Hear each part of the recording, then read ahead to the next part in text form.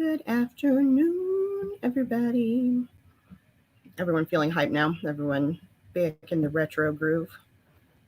If you want to stick around till the end, you'll actually get to hear Fab Morvan, who was one half of MilliVanilli, singing it. Here's a little sneak peek.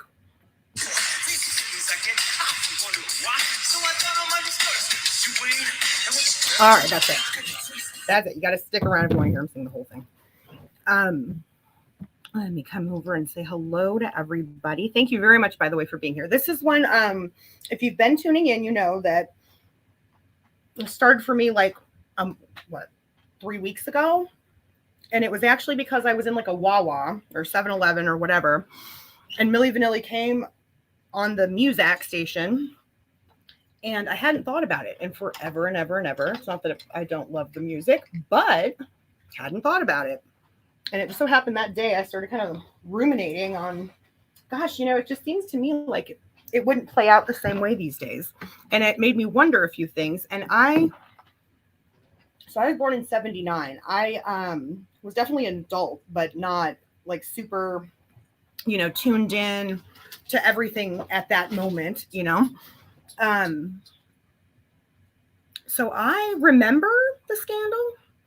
But it seems like when I think of it, I think of people like, the Wayans brothers, and I think of like the media input. And, after 2 decades, I have a very different view of the media. And so it got me, first of all, looking, because I'm like, I swear they sang in their real voices. And I started looking, and I came across Fab Morvan's YouTube channel, which is in the description box. And I started listening through his recordings of MilliVanilli songs.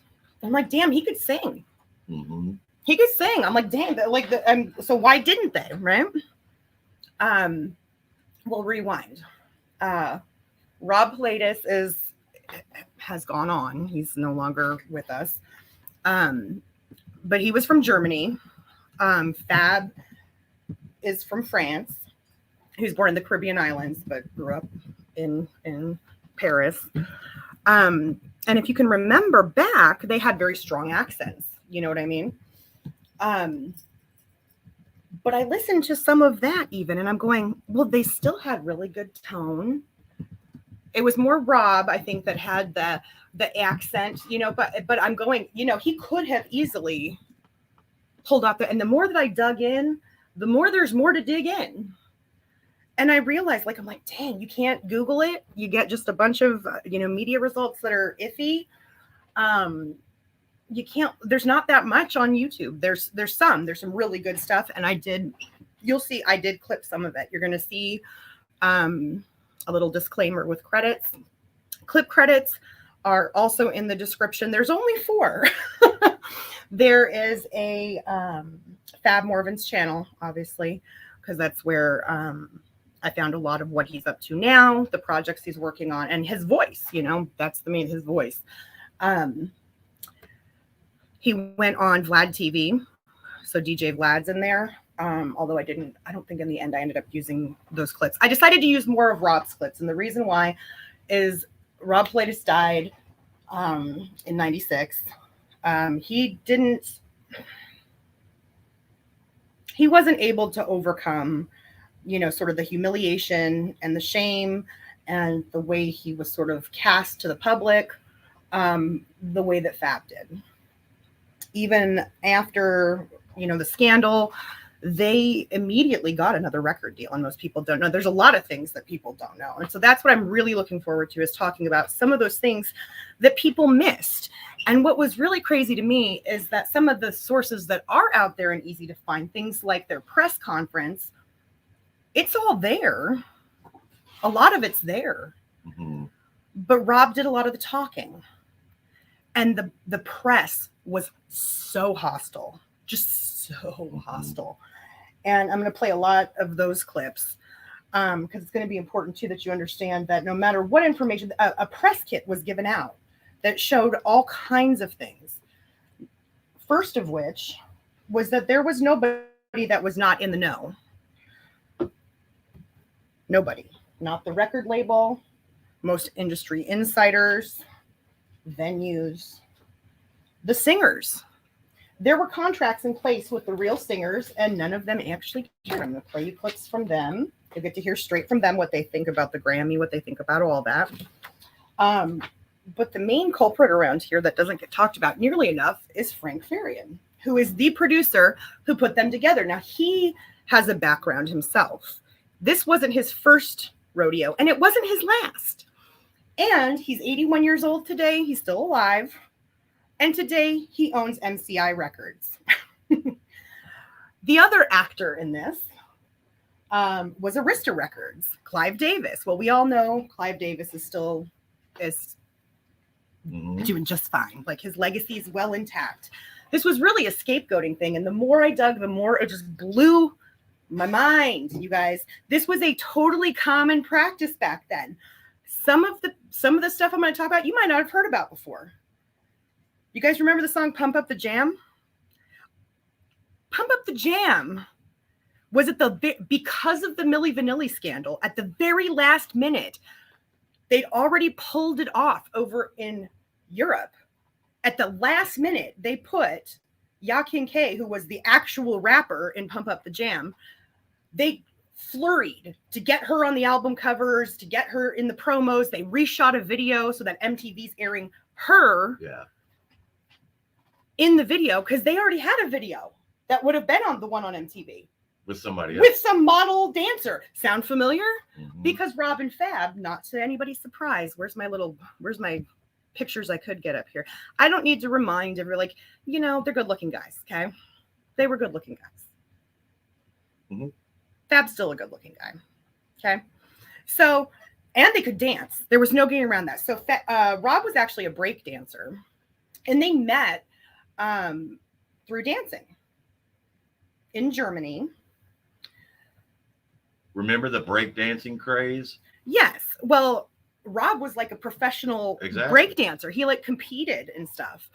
And so he was super good. Now, Fab will tell you, like, he wasn't like a break dancer, but he loved dancing. And it's like how now this is where I can't, right? After this though, please go and pick a music video, okay?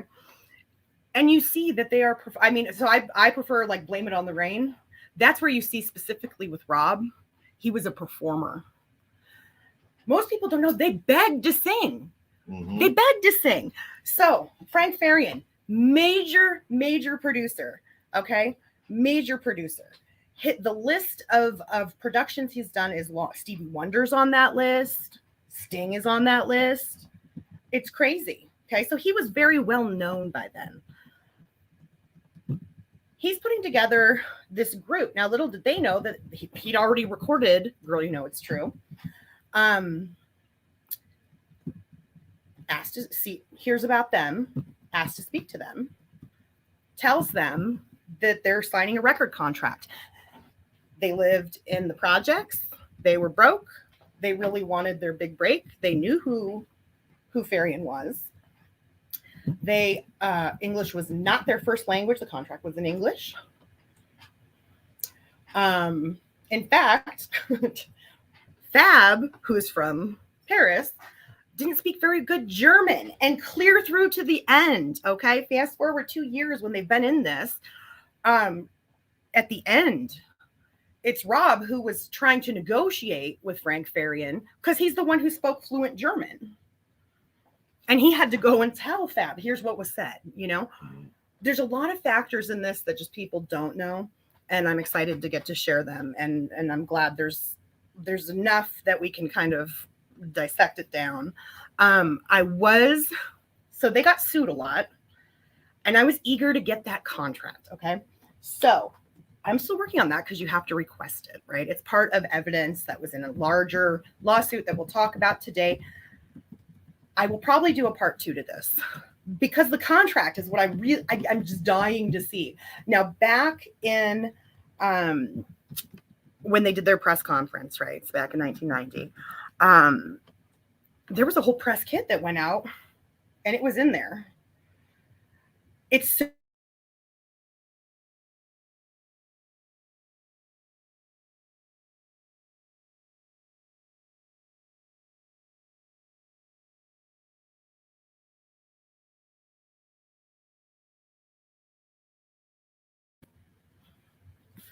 So let me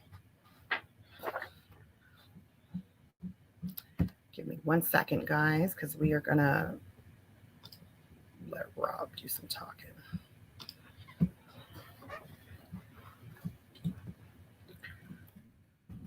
So when they signed this, not in their primary language, in his interview with Vlad TV, Fab indicated as well that they only had like 3 pages they were signed. They were actually only presented, and this is allegedly, this is according to them, they were only given the pages that needed their initialing or signatures. So they didn't even sign a full contract.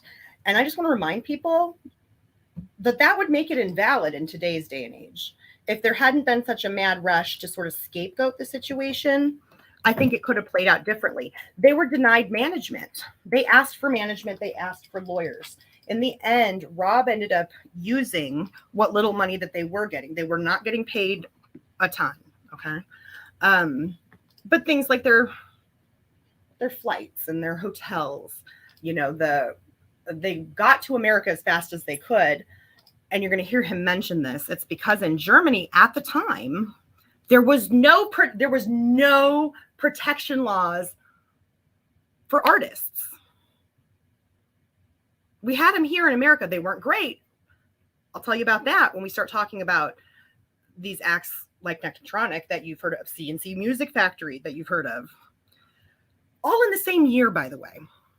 To say that they ended up taking the scapegoat for this is like the understatement, because they weren't even if you took all of their singles, there were 4 chart-topping singles.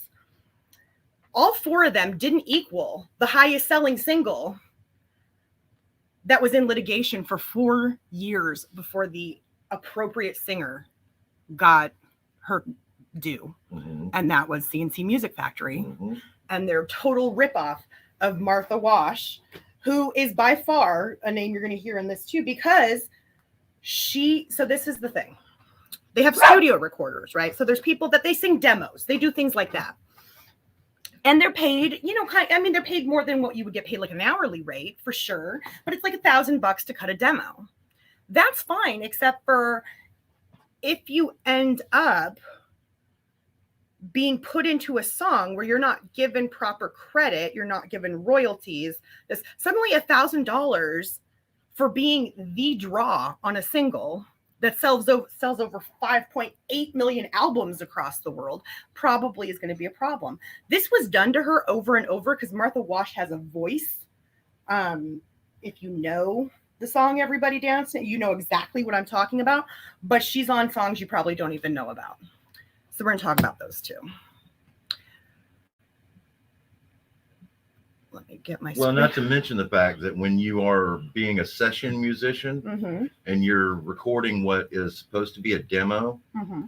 it's understood at the verbal agreement that this is a demo, not to be the published version.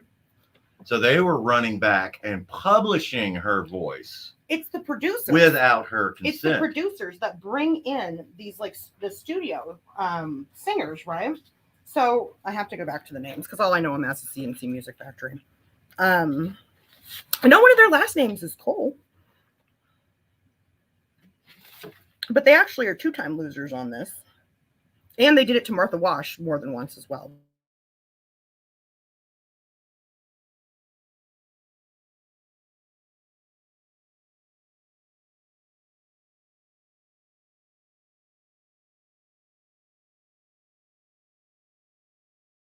CNC Music Factory, they got their own record deal. They didn't even have the song. Mm-hmm. That's the whole effing song. They got a record deal off of Martha Wash's voice alone. Mm-hmm. They took it to BMI with like a rough cut, and she was really the only cohesive thing that was like put together. Her voice is the first thing you even hear. Yes. After the they signed them not just for the single, for distribution and stuff. They signed them. Everybody dance. Then it goes into yes. They signed them to a record deal based on a woman who wasn't in the group. And then they got some model dancer. See the thing here, right? So it's all kind of a what's what. Studio musicians were treated very poorly in that you'll hear over and over that they found out after the fact. That was not the case in MilliVanilli. Okay. I want to play a couple things before I get into introducing who the real, the quote unquote real singers were. But just remember, Frank Farian found these guys,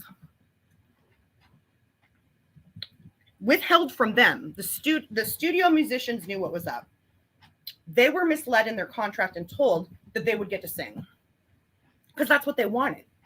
They begged and begged for things like vocal lessons so that they could enunciate English words and sort of hone their craft.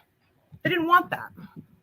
The producers, the music execs, they didn't want that because we have two attractive guys that were kick-ass performers and amazing dancers. They wanted that energy. All right. Is it still this microphone, baby? So this is Rob Pilatus talking about sort of when they got discovered and the situation they're in. Now, this is in the context of the press conference, right? Remember I said it's a hostile press conference. The press is hostile. So keep in mind he's aggravated and he's responding. But the reporter asked, "Why are you a fraud?"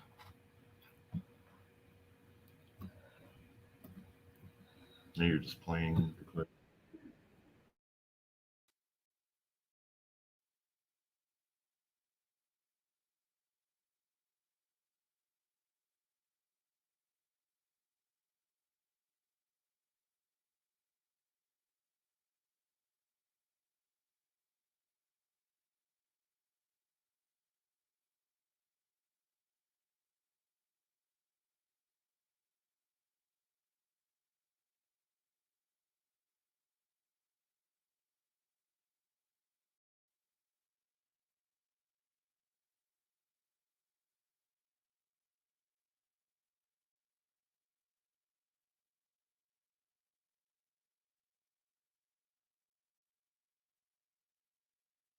Let me just play it straight because they're saying they can't hear it. Okay. Yeah, that's the first one. All right, you guys. So you're gonna have to bear with us then. I'll have Crafton play it where he can do it from his computer, and hopefully that makes a difference.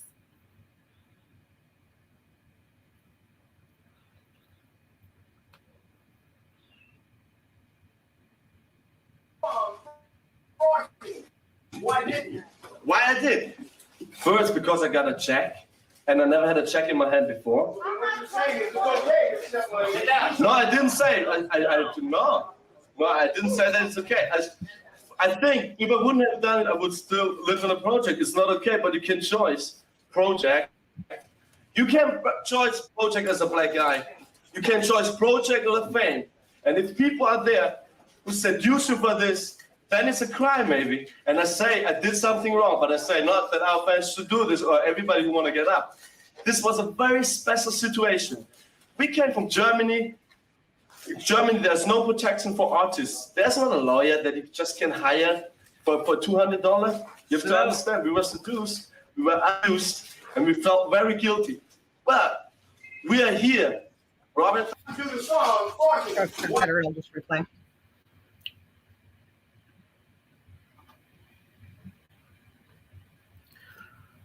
So his English is broken, right? So let me just, I'll probably actually keep it up though, Crafton, because I'll probably have you play it again. He was just asked, so why are you, so, okay, so you guys didn't have the money. He offered, you didn't understand what you were signing. But when you realized, like, why didn't you leave? Why did you continue to be the fraud? And that's what he called it. I mean, they're hurling names at these guys. It was just gross. So what he's explaining though, is he's saying, listen, we're in the projects. And it might not be this clip, it might be another one. But he goes on to explain, he's like, we had to steal food sometimes to eat. They shared a flat, you know what I mean? And they were in the rough part of the neighborhood. Frank Farian held over their heads, like, you're not going to work again. You can sing, oh, by the way, it's not just Girl You Know It's True that's recorded. Mm-hmm. They're all recorded. We just need you to go do the press. And then the press turned in to go on tour. They did 180 shows in 8 months. Mm-hmm. You're going to hear questions later on where it's like, well, did you give the money back? You should give the money back. Fans were class action suing them. My child can't go to sleep. My child can't go to sleep at night is what one of them said. Listen, 180 shows in 8 months these guys did. That's not work. Right. I challenge anybody to go look at some of the MilliVanilli footage out there. You know, and a lot of people will go look at that because they're looking for, can you tell they're lip syncing or whatever. But it's like, if you look, I'm like, they're very active shows. People put on a lot less nowadays and use it as an excuse to sing to their own backtrack. Mm-hmm. So, you know, it's like they were performers. They did what they were hired to do. So, I mean, the whole notion that they should be stripped is something that I didn't agree with anyway. But what he's saying is, he's like, listen, we didn't have the money. You can't have, a couple $100, which is the kind of fronts that they used to get. Mm-hmm. You know, he would pay the rent. And then when push came to shove, he'd say, well, you guys have to pay me back. Sure, you can go your own way, but you have to pay me back. Because actually, recoupable. Because you signed a contract that says you're going to do this for 3 albums. So it kept expanding as time went on because they didn't understand to start with. Okay. So people aren't understanding. He's saying words like seduced, or, you know, he's wanting to say, of course, we had to choose not being homeless. You know, Yeah. It's like and I think that part of it was the hostility of the reporters, and some of it was Rob's broken English. And it's too bad. It's too bad because in this day and age, it would not happen this way. There's far more cultural sensitivity now. So if you want to play it again, you guys just listen to what he's actually saying, keeping in mind that these reporters don't want to hear it. They're asking really rude. Some of them were asking very rude questions. And this was one of those reporters. Do the song, why didn't you? Why I did? First, because I got a check, and I never had a check in my hand before. What you're saying is it's okay, except when No, I didn't say it. No, I didn't say that it's okay. I think if I wouldn't have done it, I would still live in a project. It's not okay, but you can choose project. You can choose project as a black guy.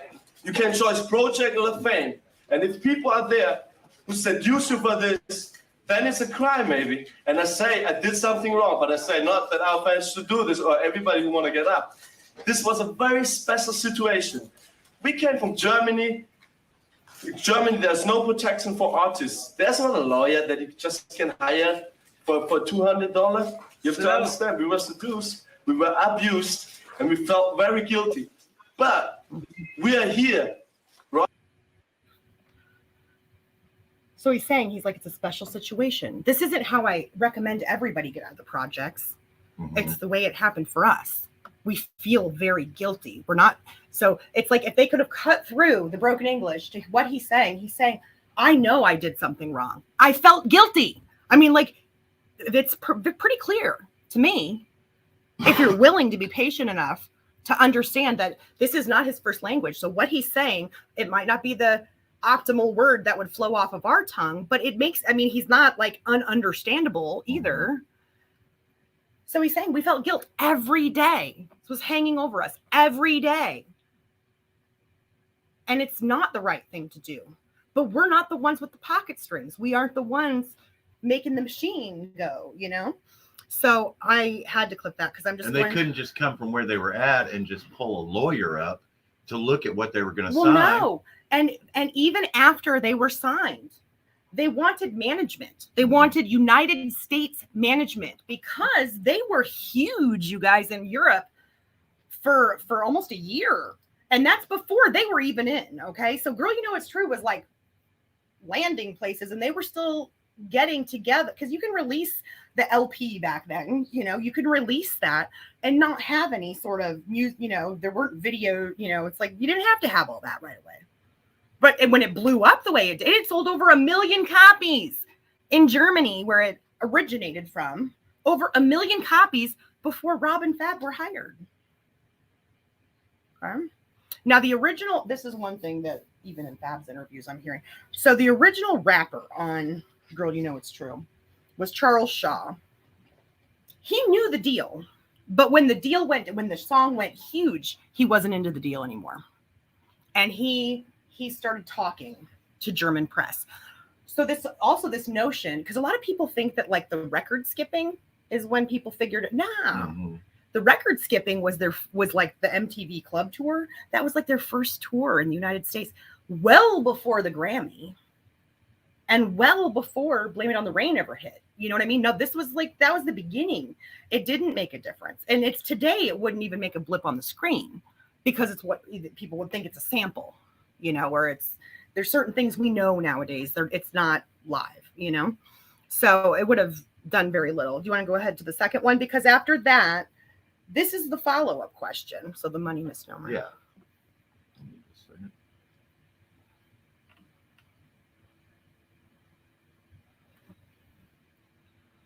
So in this one, you're going to hear what?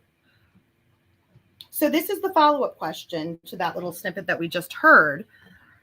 Because the misnomer was that these guys got rich off of it. They ended this, you guys, totally broke. And then they got sued a bunch. They were bankrupt. Oh, here you go. The question my friend was asking was, are you going to give any of the money that you got through your contract to those who actually did the singing? No, you didn't understand me. They got already money. I know. They have already a house in Munich, and so they don't need two, I think. Okay. So they signed their contract with Frank Farian in September of 1988. Okay. By 1989, in Europe, they'd already sold over 1 million singles. Okay. And that's about the time they brought them in. What the reporter's asking is, do you plan to pay the money to the background singers or to the actual singers? So again, it's this total, I think we deal with this on YouTube, frankly. I think a lot of people are going to understand exactly what I'm saying. Some people are so confident in what they don't know and have assumed that it's like literally a press agent is issuing a question that's completely ignorant. No, you know who did get paid handsomely?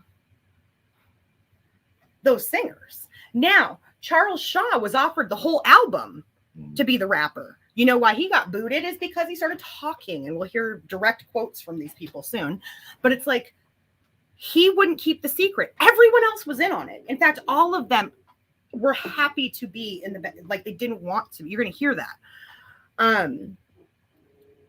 Brad Howell is the one who supplied the voice that generally was ascribed to Rob. Okay. But he was also a composer. To this day, so you know who's going to get AdSense money off of this because we played Girl, You Know It's True in the beginning? Brad Howell. He's the only one of all the group ever that gets royalties. He's the one who got to keep all the platinum records. And that's because he was a singer and he had a hand in the composing. Okay. So when they're saying, are you going to give your money to the other people? The other people knew. And the one that wasn't okay with it, he still knew. Because really, Rob and Fab were the only ones who kind of didn't understand what they were getting into. The one who didn't was promptly replaced by a man named John Davis. John Davis just recently passed away from COVID. But just so you understand, he signed up knowing. He signed up knowing. Yeah. He went on to do a tour with Fab back in 2016.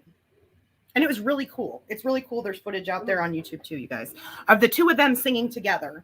And it's kind of a cool thing to be able to hear. Like, these guys weren't allowed to sing. I mean, that's what it comes down to. They weren't allowed to do it. And that wasn't super unusual.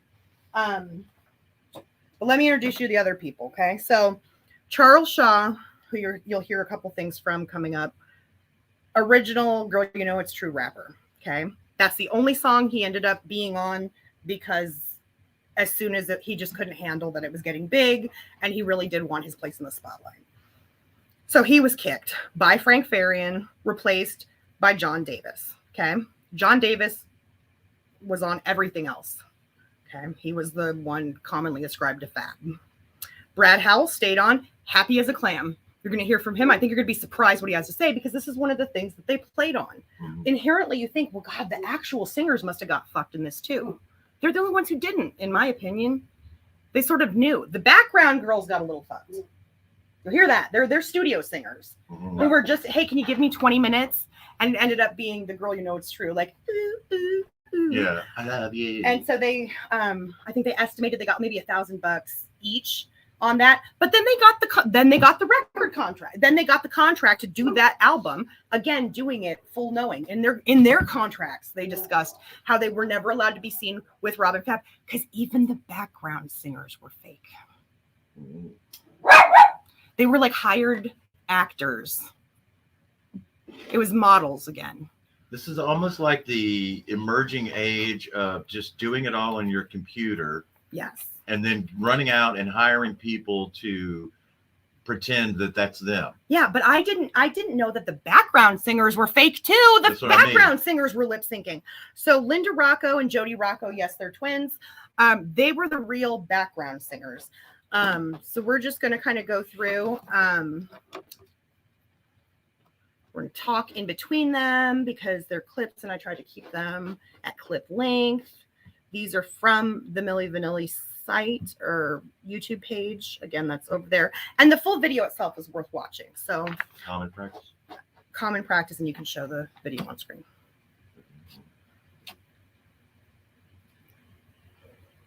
So the first two are Linda and Jody Rocco.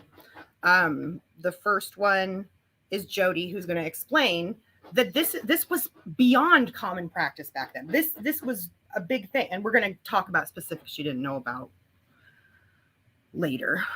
Honey, you just hit the play. Practice for producers, singers, musicians, companies to have somebody else fronting a very good vocalist.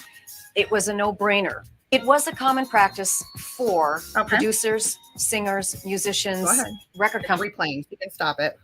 Now catch this, right? Linda Rocco is next, which is her twin sister. She's going to tell you about how she helped select the singers. She was put in front of her, Charles Shaw, by the way, he's got like a biggie. He's from New York. He got like a biggie thing going for him, right? You know, so he's, you know, and Brad Howell. So Frank Farian put in front of because these two were like regulars for recording for him.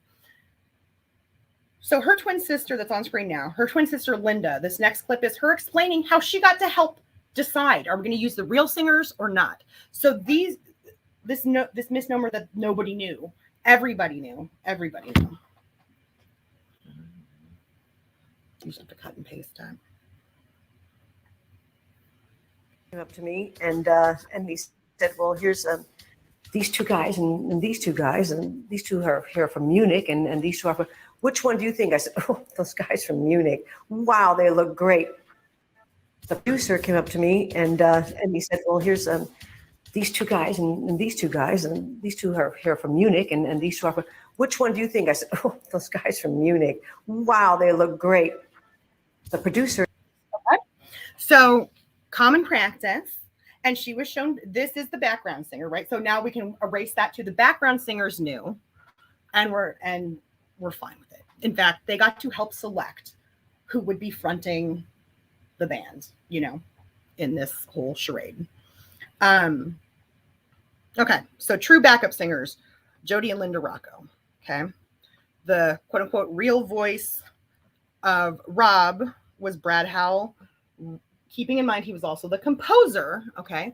But let's see what he thought of this whole arrangement, if he was unhappy with it in any sort of way.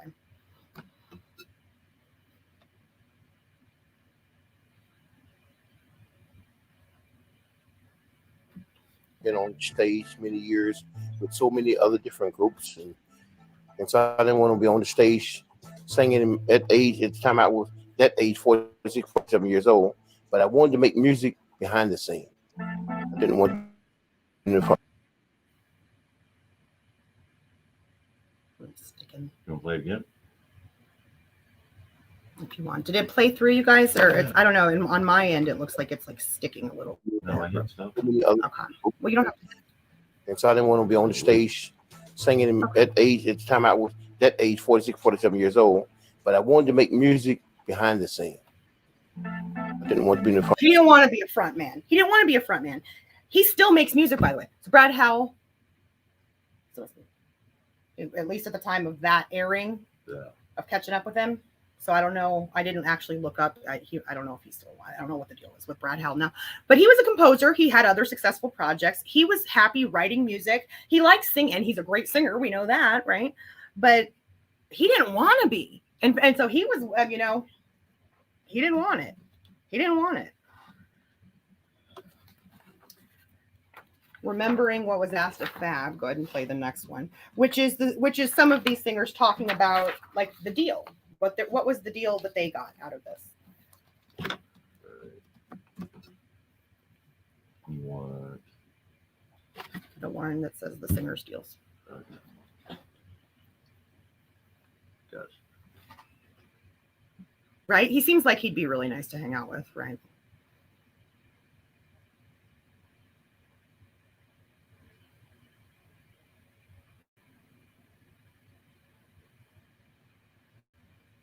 About my involvement because I got paid to do it, and I think the most important thing is when you're a musician and your family, someone offers you a lot of money to do something, I think then it's hard to say no.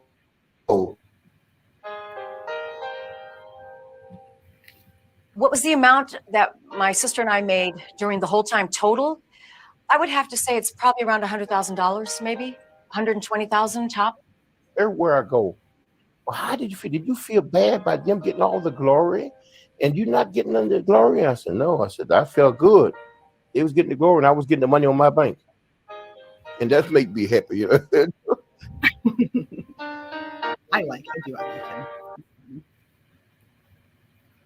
So like I said, the girls ended up getting because they did, they did the 20-minute session or whatever for but they were the background vocalists on that whole album. Okay. So they you got 100,000, 120, she says, or estimates, for their work on Girl, the album Girl, It's True. This is the American version, by the way. So the first guy that talked, that's John Davis, who replaced Charles Shaw. Okay. So go ahead and play that. This is literally the only hiccup. This is the only like grudge that was ever out there from any of the people that were part of this thing called MilliVanilli. People knew. Everybody involved. Nobody was screwed over in this, except for, in my opinion, Robin Fab.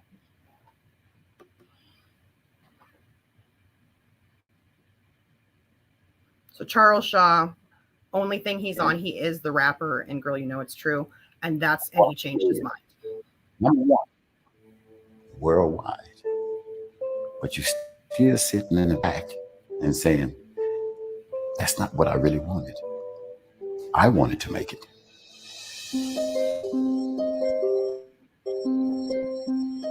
Go right into the next one. Enter John Davis, hiring John Davis.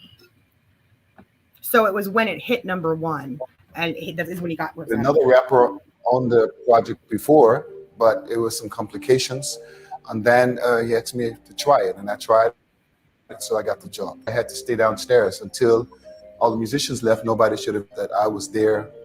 The producer's a god. He's one of the top producers in the world, even today. You don't spit in the wind, and you don't screw around with this producer. You just don't. Told me.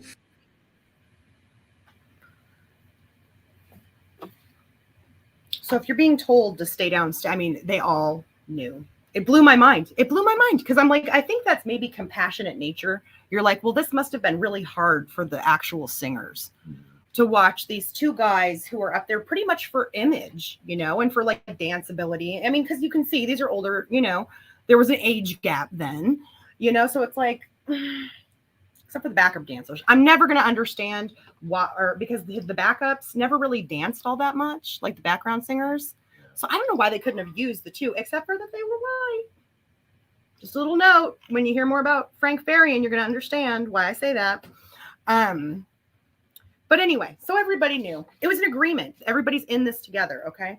So fast forward. So as he said, Girl, It's True. Number one worldwide, okay? Then Blame It on the Rain hits number 1.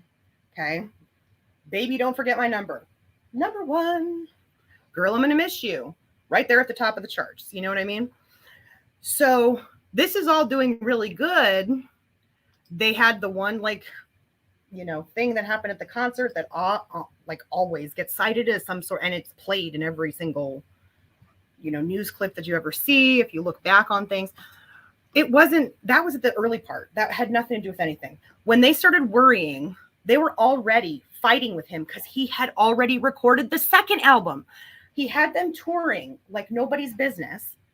They are constantly trying to come back and be like, hey, Frank, when do we get to sing? Can we get management in the United States? I mean, we're pretty big out there now, in the US, by the way, there were no laws yet on having to properly credit singers. They are listed as the singers on Arista's release. Okay. Now, over in Europe, specifically the UK, they had institute, because of Martha Wash and some UK bands of that same year, they had to put vocals by John Davis got credit and Brad Howell got credit over there. Anybody who wants to be like, Elvis is just so unknown, it wasn't. The one place that they're required to be honest, because it's a new law, the records were properly labeled. Mm-hmm. So you can't tell me nobody in the industry over here ever caught wind of that. Never mind that they have these guys doing promos. And yes, people were a little suspicious when they started talking because they had heavy accents, specifically Rob. Mm-hmm. It wasn't that hard. They were supposed to go on Arsenio Hall. They did end up, by the way, going on Arsenio Hall after everything, where they sang as themselves. But Arsenio had this very strict policy that you can't lip sync. You have to do it live on his show. He knew. That's why he didn't let him on. Okay. So, they're out and about. Here's their promo sheet, by the way. I just thought this was fun. So you guys both know me and Crafton both came from the music business. Crafton's still in it. I did crisis PR. So that's probably part of what fascinated me so much and why I'm so invested in this story. Because I'm like, this is exactly the kind of thing that gets me kind of going in my thought, and wanting to get to the truth. But the actuality in this one, I mean, sometimes people have things and you don't want to be the one to try to help them get through it. You feel like you're enabling something or whatever. That's not the case for this one. This is fascinating to me. So I'm very intrigued by it.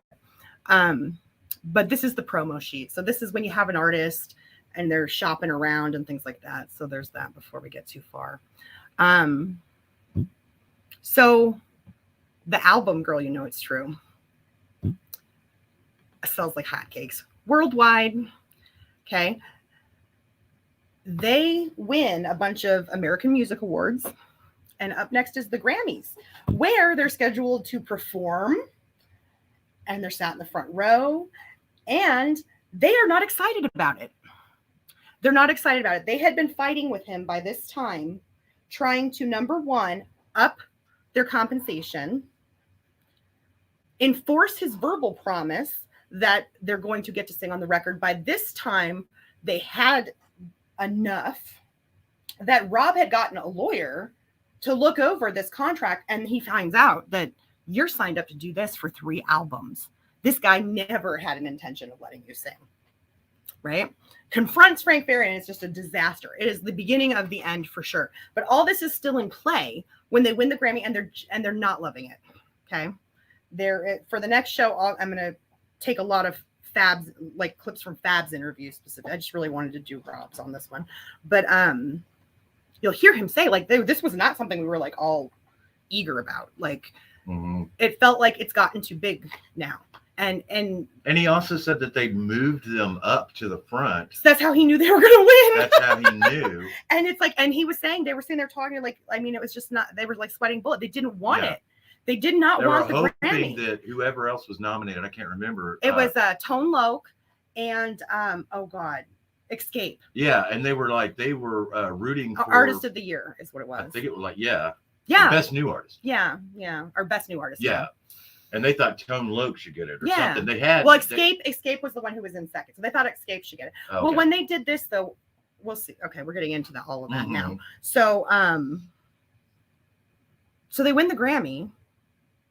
They're pretty dang nervous. They're not into it. Okay, they're really not, and they're very worried, and they're already fighting with Frank Farian, who Fab says, by the way, threatened them in the very beginning, like, "Don't fuck with me, guys." Mm-hmm. And as you heard Judy say, he still wanted, and that was at the time of that interview. But like I said, at 81 years old, he now is like the head of a record label. He hasn't stepped down from that. So he went on to have a great career after all this. None of them were held accountable. Only these two. These two were scapegoated horribly. But if you want to go ahead and play Brad Howell on the Grammy. So this is, again, the voice of, the quote unquote real voice of Rob. So here's what he thought about the Grammy win.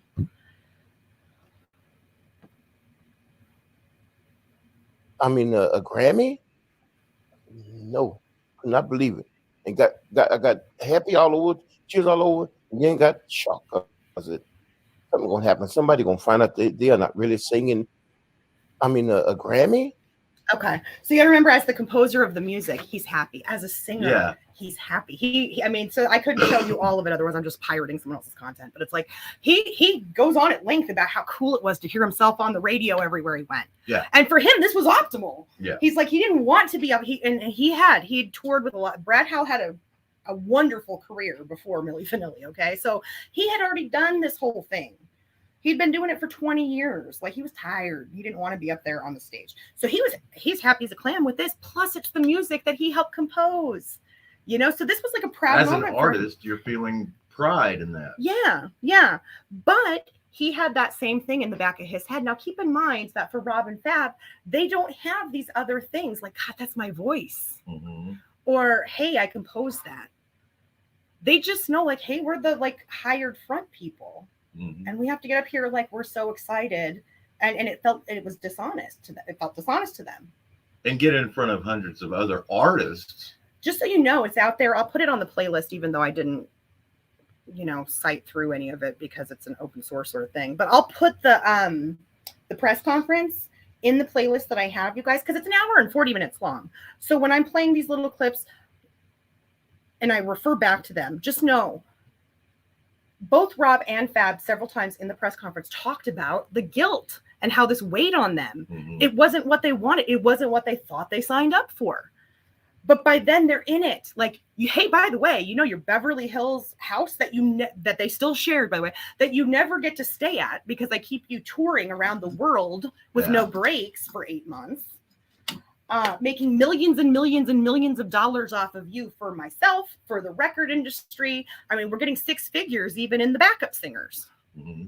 The only people that weren't getting paid were Rob and Fab, who were given a living allowance and their travel paid for and their rent paid for. But then if they want to break the deal, they have to pay it back.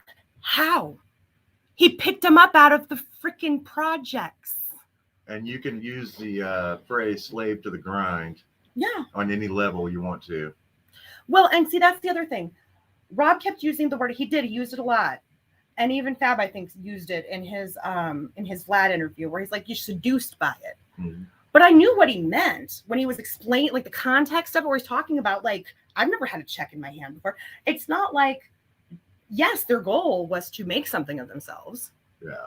But when you've got nothing, and somebody hands you something, and they get around your morality by being like, listen, it's because we've already recorded this. I mean, you just got to do the promo for it, like do a couple shows. You'll be on the album. They didn't know they were signing up for a whole album of having to lip sync. And keep in mind, lip syncing was not a huge fucking like, whoa, I've never heard of that before. Mm-hmm. That was common. That was there was practice for that. There was a whole history for that. So that's Brad Howell. I'm just delineating that Brad Howell had a hand in the composition of it. He never wanted to be on stage. So the next one's John Davis and Linda Rocco speaking for herself and her sister on what they thought. So now this is the full group Okay, these are all the voices of Milli Vanilli on what they thought of the Grammy.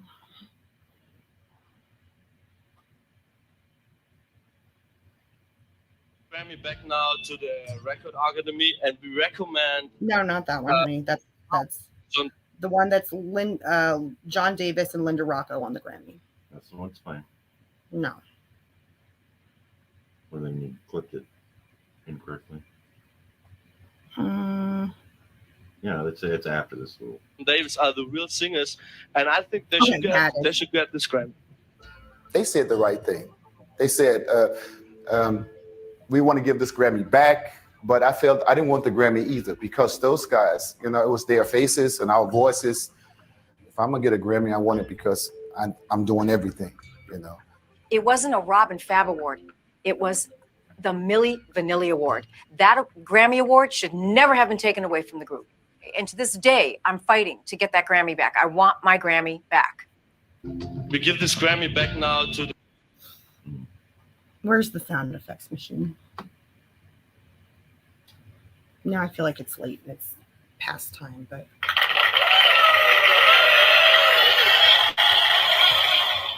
I have come to feel Linda's statement so much where she's like, I want my fucking Grammy back. Like, give me my, like, that seems to be how everybody felt. Like it was theirs.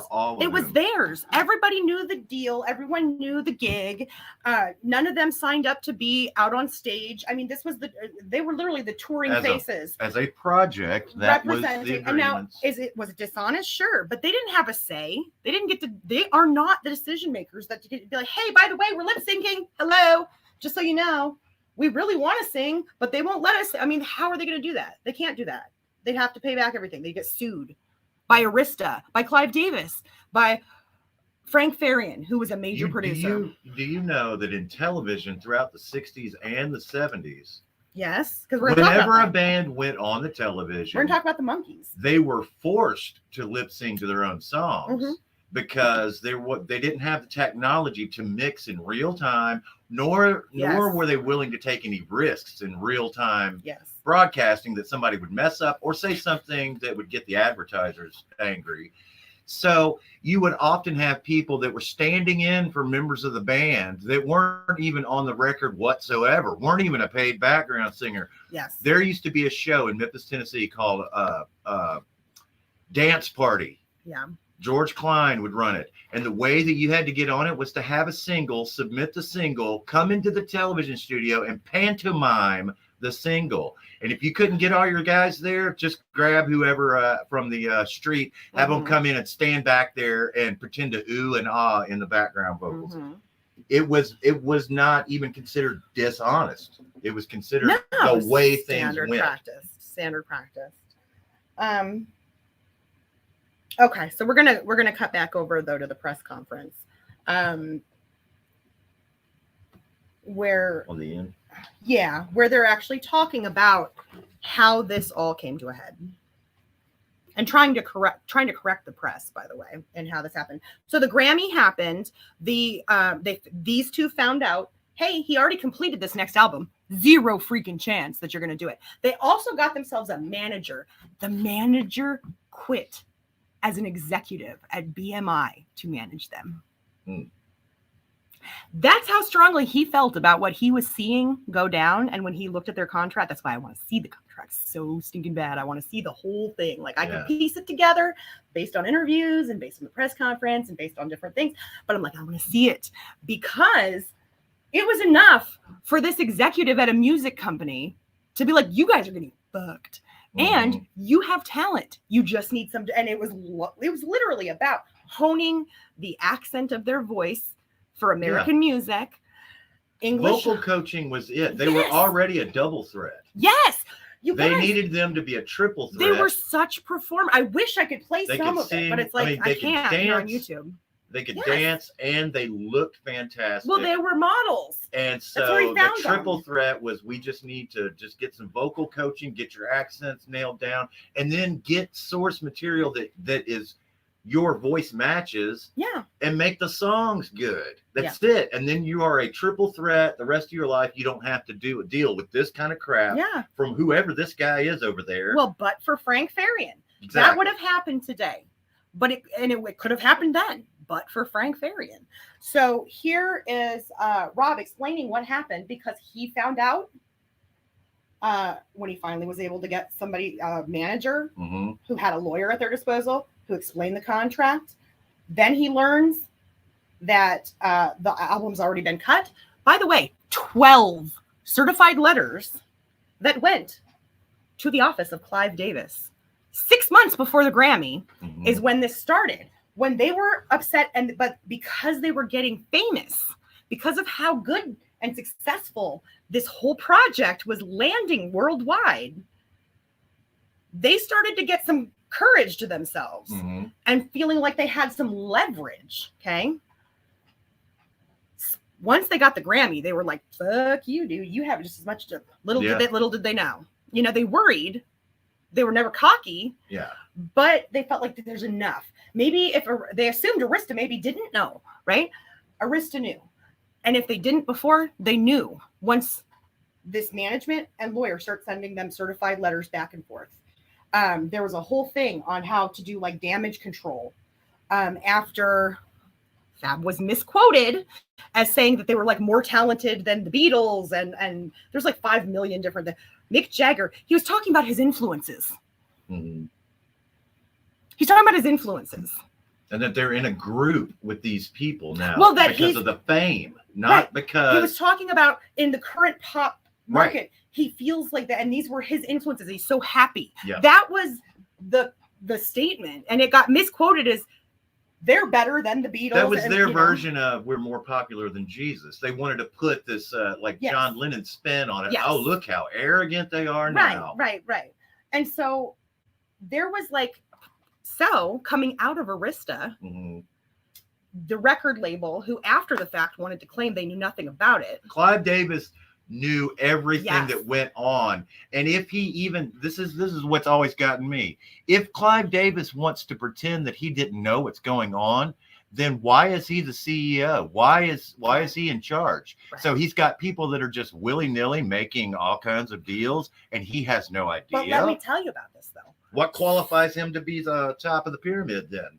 So there was a thought. What they wanted to do, okay, calling out of Clive Davis, though, they wanted to get the singers back together to do a recording, because there were recordings, you guys, that were meant to sound live, that had some ad libs and things like that in them, right? What you start to notice if you end up going across the tubes like I did to look at some live performance is that the ad libs are in the same place every time. Yeah. You know, it's like it becomes a little obvious. Like, come on, people. But back then there wasn't internet. People wouldn't know. You know, you do it in Chicago and you're like, oh yeah, baby. You know, and it's like you go to New York, you're like, oh yeah, baby, at the same exact spot. Nobody's gonna freaking know. Right. Except for your touring people. Like, I mean, everybody around them knew. Everybody. And they were embarrassed, and they talked about like this was embarrassing for us. Yeah. They started to feel like pieces of me. Like, I mean, it's just they had all this fame, and it's like all of that comes with its own kind of like feel goods. But when you deep down know that it's like it's a lie. Yeah. And you're fighting to get the lie undone. So they gave Frank Farian an ultimatum. And guess what Frank Farian did? He fired him. He fired them and held his own press conference. I did this on purpose. I wanted to see them in their press the week before, the Friday before this one. Yeah. He fired them and did his own press conference. That was nothing but slander. They can't sing. They're this, they're this. He threw them out to the wolves. Yeah. It was their fault. He blamed them. Like somehow it was sadly it was effective. I don't know when it comes up. It's coming up soon. Yeah, it'll be coming up soon. The Farian press conference colored the receptivity of the press by the time they came out to speak, which was days later. It was the very next week. It's like Monday or Tuesday of the next week. Yeah. There wasn't a huge gap, but Frank Farian was still huge in the industry. So if you're a reporter who covers music and you hope to cover an Arista artist again, if you hope to get press packets coming out of one of Farian's artists, you know, and he worked with every major label. You're going to be super nice and bendy on the questions and it was a power dynamic. Softball questions only. That's right. So, so here is a very, very frustrated Rob, again trying to correct the press, talking about how this all ended up. Here, Robert Fab is here because we stopped it. Not Frank Farian, like we guys think. We stopped the whole thing. We said to Frank Farian, if you don't let us sing on the album, we don't do this anymore. We don't want to live like this. We don't want to be embarrassed every night by our senior hall who knew about, you know what I mean? We didn't want to go to clubs and every girl say, hey, you don't sing on the record. We wanted to stop. And that's why we said to Frank, if you don't let us sing, we won't do it. So he released the second album again. So then I told my lawyers, forbid the album. So we forbid the second album, and then he tried. The second album is already finished, and as you maybe have written in some press statements of Arista Records. Yeah, here. Okay, so that was his their manager explaining it at the end. So again, he doesn't always have the right word to say. Okay, so he's like forbidden. What he's saying is, we said nuh-uh, like we're not. What he means, what he means. So you guys can probably tell too. By the way, Fab's like more quiet. Yeah, that was always the case, right? He was a little bit more introverted. But what he meant is, he said, "We're not doing it. We're not doing it. Fuck you. What are you gonna do for MilliVanilli without us? Yeah, we're not doing it." So it wasn't like, I forbid you. In his native tongue, he told him in no uncertain terms, fuck you. You know, we're not doing it. So Frank Farian's like, fine. Get in front of it. Rightly so. He was that confident in his power in the industry that he's like, fine, I'll ruin you guys. Like I said, don't fuck with me.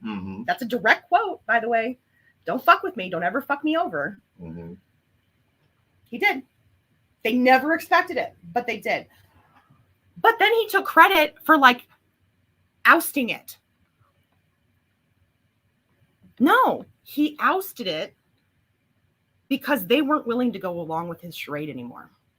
The press packet, what he went on to say is so by the way, if I had let that clip go with the manager, he was citing back to the fact that you have those 12 letters from our lawyer that went to Arista going back and forth on this. Clive Davis is the one who made the ultimate decision that they would not be singing on the second album. They later found out. Same Arista Records, whose press rep came out to say in the middle of all this, because believe me, then this blew up on Saturday Night Live. This was everything. This was everywhere. All the papers, class action lawsuits, mass pandemonium with fans who were just so eager and were very willing to just blame them. And yeah, my kid can't sleep at night. They're so distraught about, that kind of thing. That was a direct quote, by the way, from one of the lawsuits. I used to play this album so that my kid could go to sleep, and now I can't do it. Yeah. So my kid can't sleep. So weird. And I want you to pay me money. It was just so weird. But who did they send that to? Fab and Rob, not to Clive Davis and not to Frank Farian. Right. Because of you two. Yeah. All right. So if you can skip the next one because I played a little bit of that. I'm going to have you download it though here shortly. Like the whole song. So if you can skip to where it says hostile press. Like I said, it's an hour and 45 minutes. I'm not going to play you the whole thing. But here's just a little bit of how bad it got. These are reporters yelling at each other. Sit down, get out of the fucking way. They were about to turn on each other. Now there was a certain segment. Okay, so when we get to the part that a lot of people have heard, by the way, where they do sing, there were people in there that just were bravo clapping and gave him a standing ovation. And then there were the fucking assholes. Yeah, that we're going to be. So there was like infighting about halfway through this.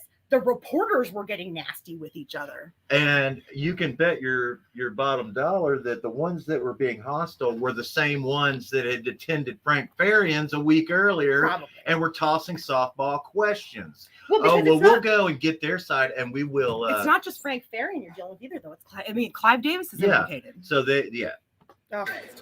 Stay down, Beret. Sit down. Still down. Okay. Yeah, I just tried to give you guys an answer. I give you an answer. I learned in school not to interrupt my teacher. So you have to find a solution. Okay. At that point, they're fighting. I think you should go with this tape. We give you each a tape.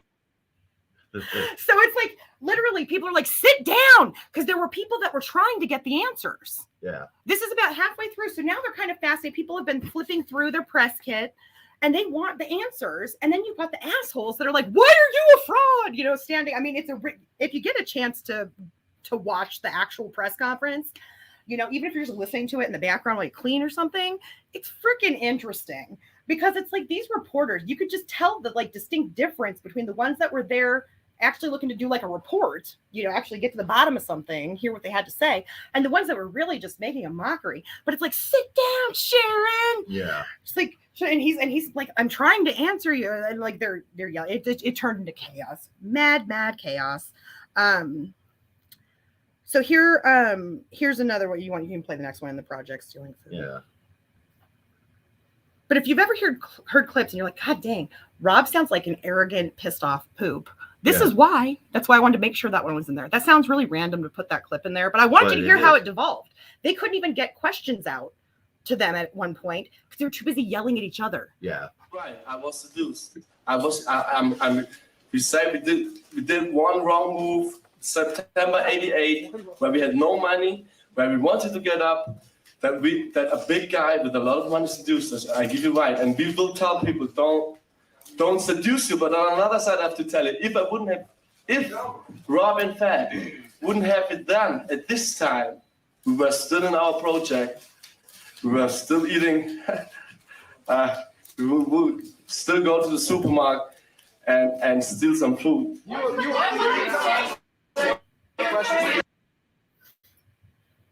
And then this is just a response he gave to another question. Like I said, they really did. So these are some of the answers he was giving after they shouted everybody down. You know, they're trying to get the people that had real questions to be able to. No, to get a lawyer. Oh. So here was his suggestion, because people kept trying to put this nefarious spin on things, and he just was doing his damnedest to correct them. And it's like I said, I think I'm even being nice, saying maybe the broken English got to them, or the fact that he chooses words that maybe aren't the classic ones we would put for things. Because on that one, I mean, what he was saying is, it's like we couldn't even feed ourselves when he found us. Yeah. We'd still be stealing food. Like, it's not an option to just stay where we were. Not when there's something else in front of us. Not when there's anything else in front of us. So here's questions in a couple of minutes. Robert, let's talk. So I tell the young kids, stay away from drugs. Get a good lawyer if you want to go into the industry. Save all your money. Wash cars, work at McDonald's, and get your money to buy a lawyer, because I didn't have a lawyer at the start. I didn't have a manager at the start. I couldn't afford it. Not to do the song, why didn't you? Why I did? First, because I got a check, and I never had a check in my hand before. No, I didn't say it. No, I didn't say that it's okay. I think if I wouldn't have done it, I would still live in a project. It's not okay, but you can choose project. You can choose project as a black guy. You can choose project or fame. And if people are there who seduce you for this, then it's a crime maybe. And I say I did something wrong, but I say not that our fans should do this. So that overlaps a little bit with one that I played. Let me just go back to it here. He's saying, like, as a black person in the projects, he's from Germany. Okay. You have to remember this about Rob. He was teased relentlessly because he was adopted. He was the only person of color in his neighborhood, in his school, in all of that. Okay. Now he's out on his own. Him and Fab are living on their own, but they're living in this like really rough part of town, away, you know, not with parents or anything anymore. Mm-hmm. And he's like, listen, as a black man here, it's not an option for me to stay where I mean, that's just not, that is like where you end up when you have to be, that you don't have any other option.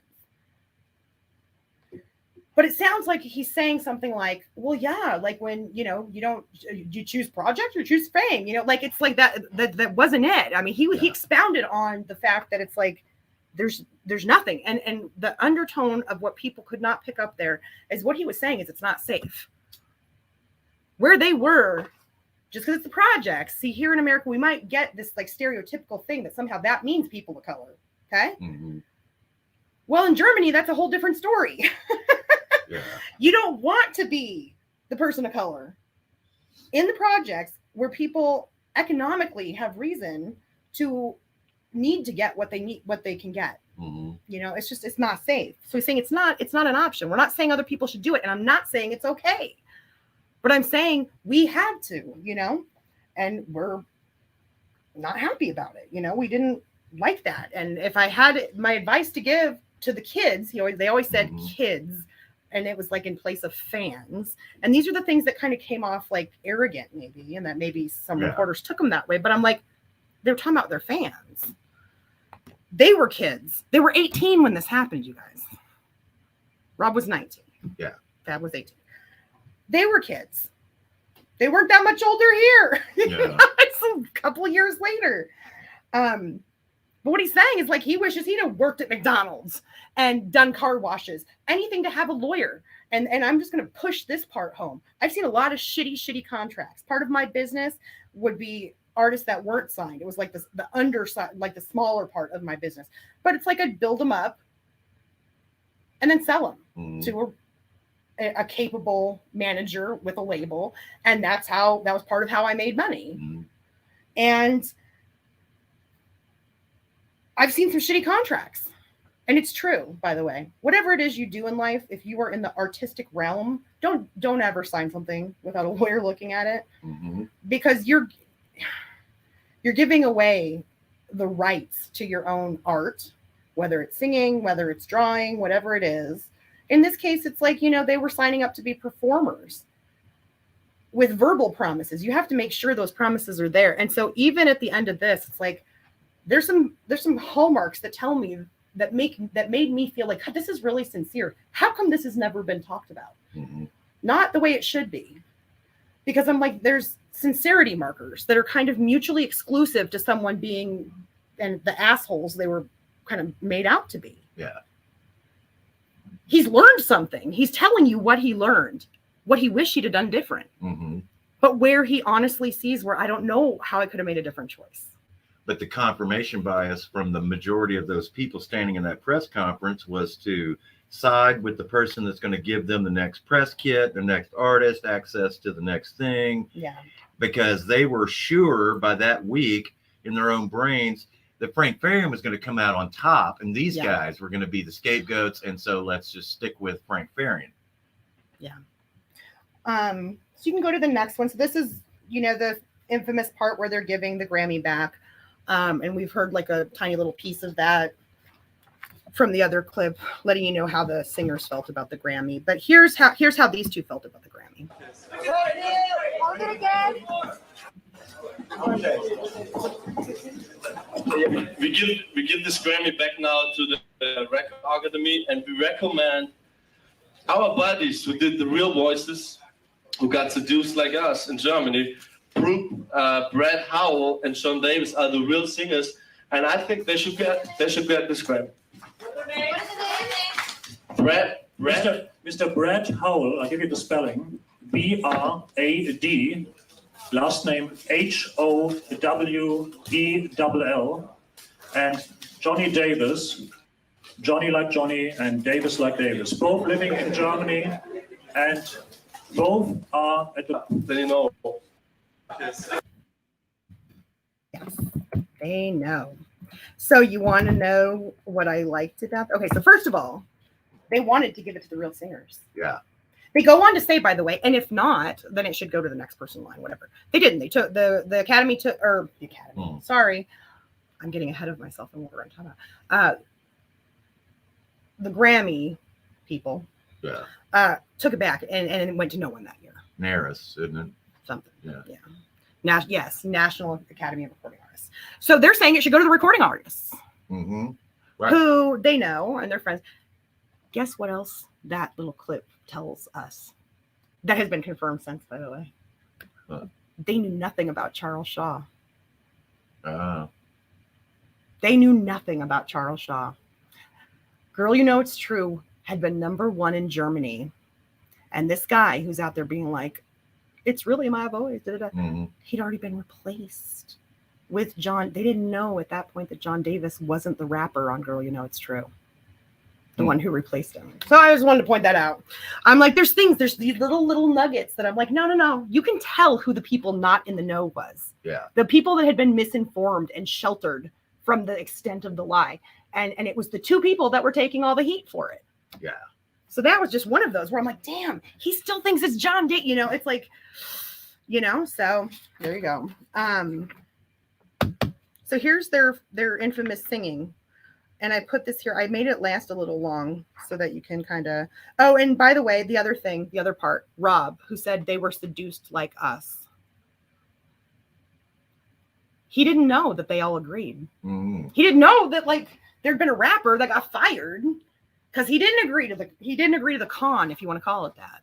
I don't call it that for historical reasons I'm going to talk about in a minute. But it's like, he didn't even know that. He's assuming that they somehow got roped in too. They didn't. They got paid handsomely. They got paid better than Rob and Fab got paid.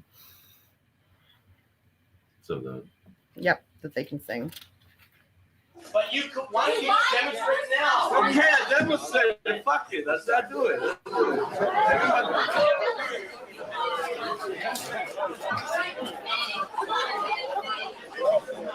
Like this mic's a fuck, you guys. 1, 2, 1, 2. Girl, you know it's true.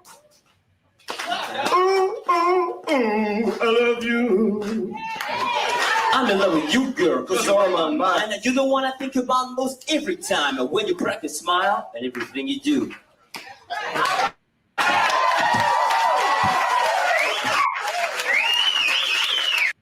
But you. They were hounding them to sing. Again, the assholes in the audience, hounding them to sing. And that's why you hear them say, fuck it, fine, fuck it. Yeah. It's like they had started working on their vocals when they got a manager. So if you hear it, it's still this accent thing, right? Now, Fab's, in my opinion, sounds great. And he's had a lot more practice and stuff like that now, too. He sounds amazing these days. But both of them, you can hear it. They could have, sorry. It is still what it is, you guys. There's some real untalented Fulios with auto-tune and things like that, with far less talent. Like the image that they had, the way they could dance and perform, that is more than enough to work with those voices.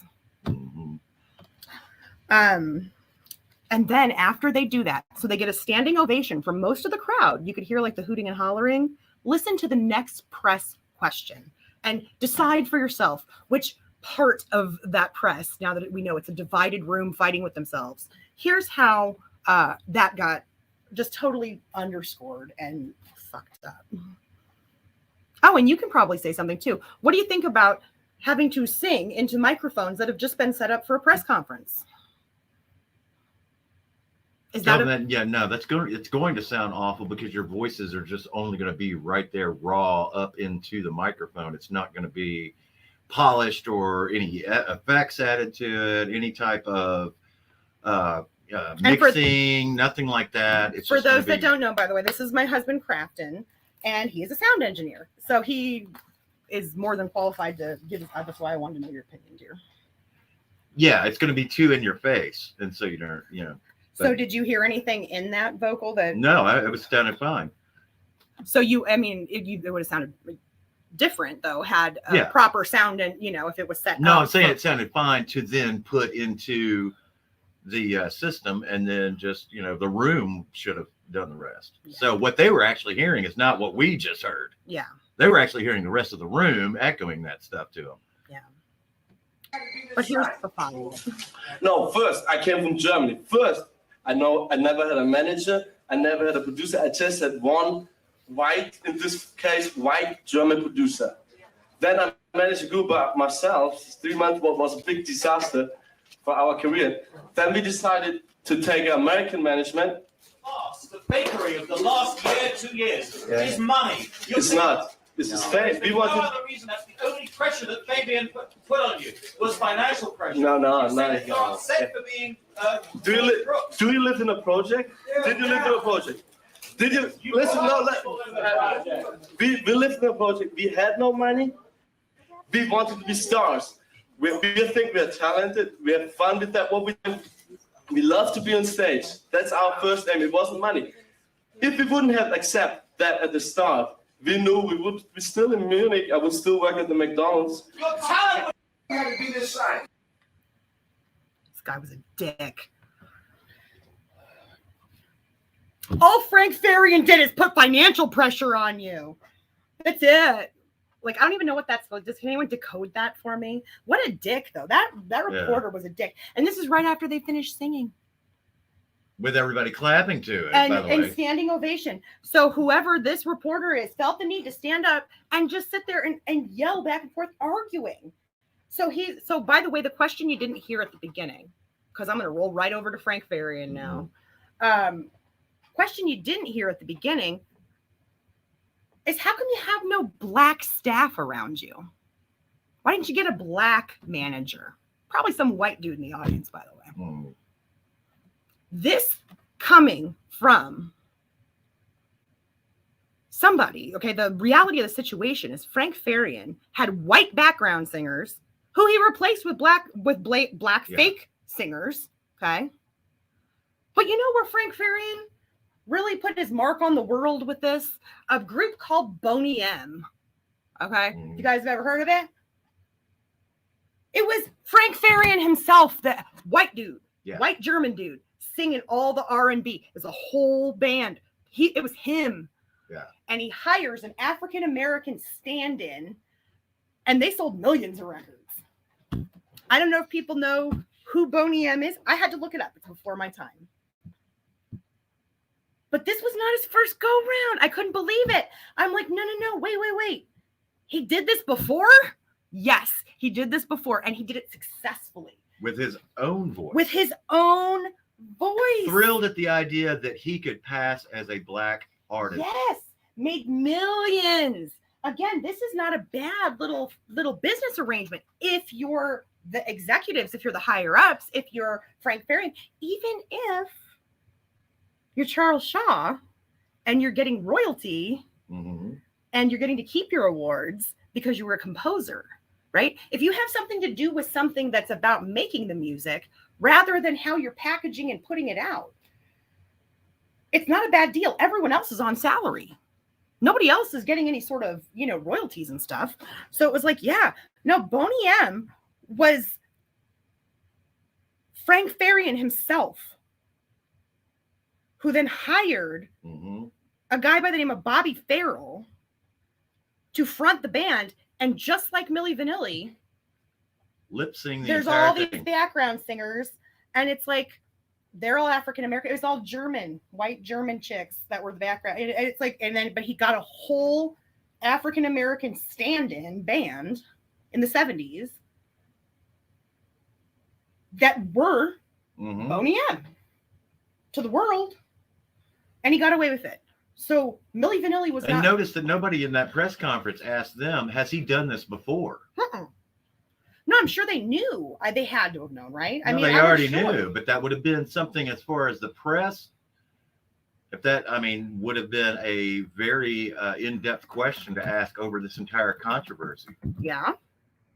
They probably gagged that question. Yeah. In his little Frank Farian supporter plants in that little press conference. Yeah. To keep it hostile so that none of that gets out. So I am going to do a screen screen share with you guys really quick. Some of these I might have to do screen shares now, so you'll just see a lot more of that happening. Let me show you. I want you to see the imagery for Boney M. Keeping in mind that this was well before MilliVanilli.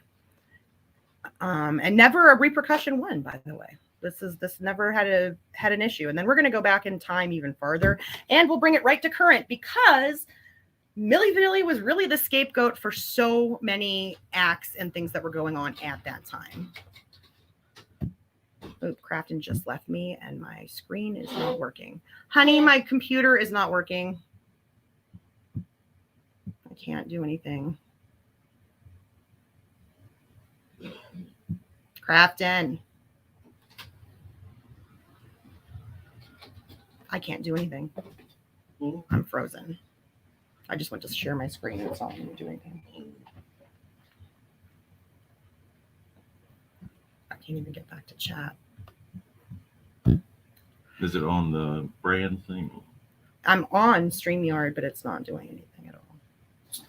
I'm saying the thing you were going to show. Yeah, it's just, but it's Timeline 1, timeline 2. no, it's a screen share that I just pulled up. Can you just Google Boney M, Mm-hmm. and then just show them what the group looked like?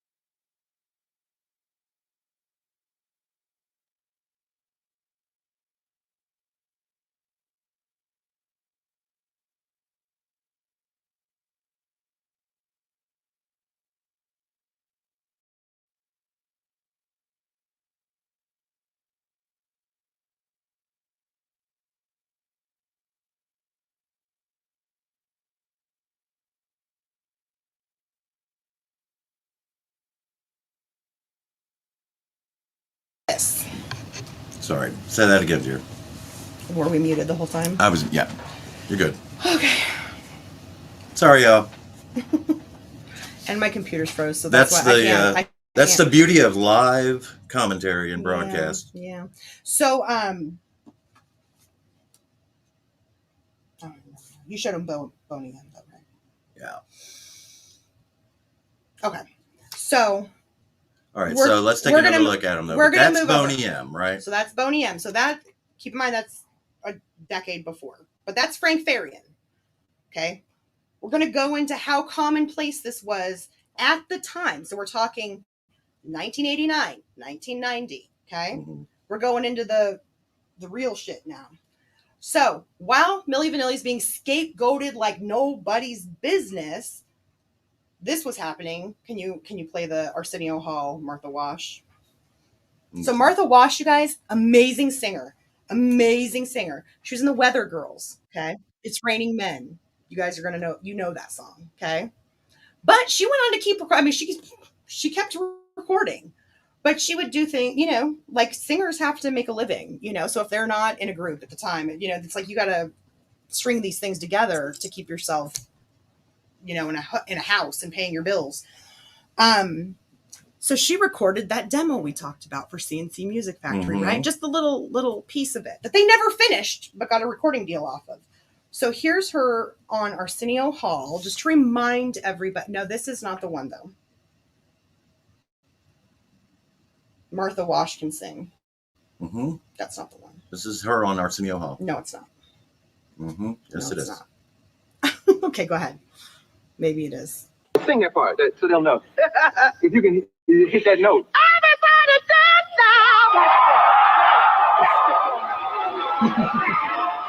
It's good.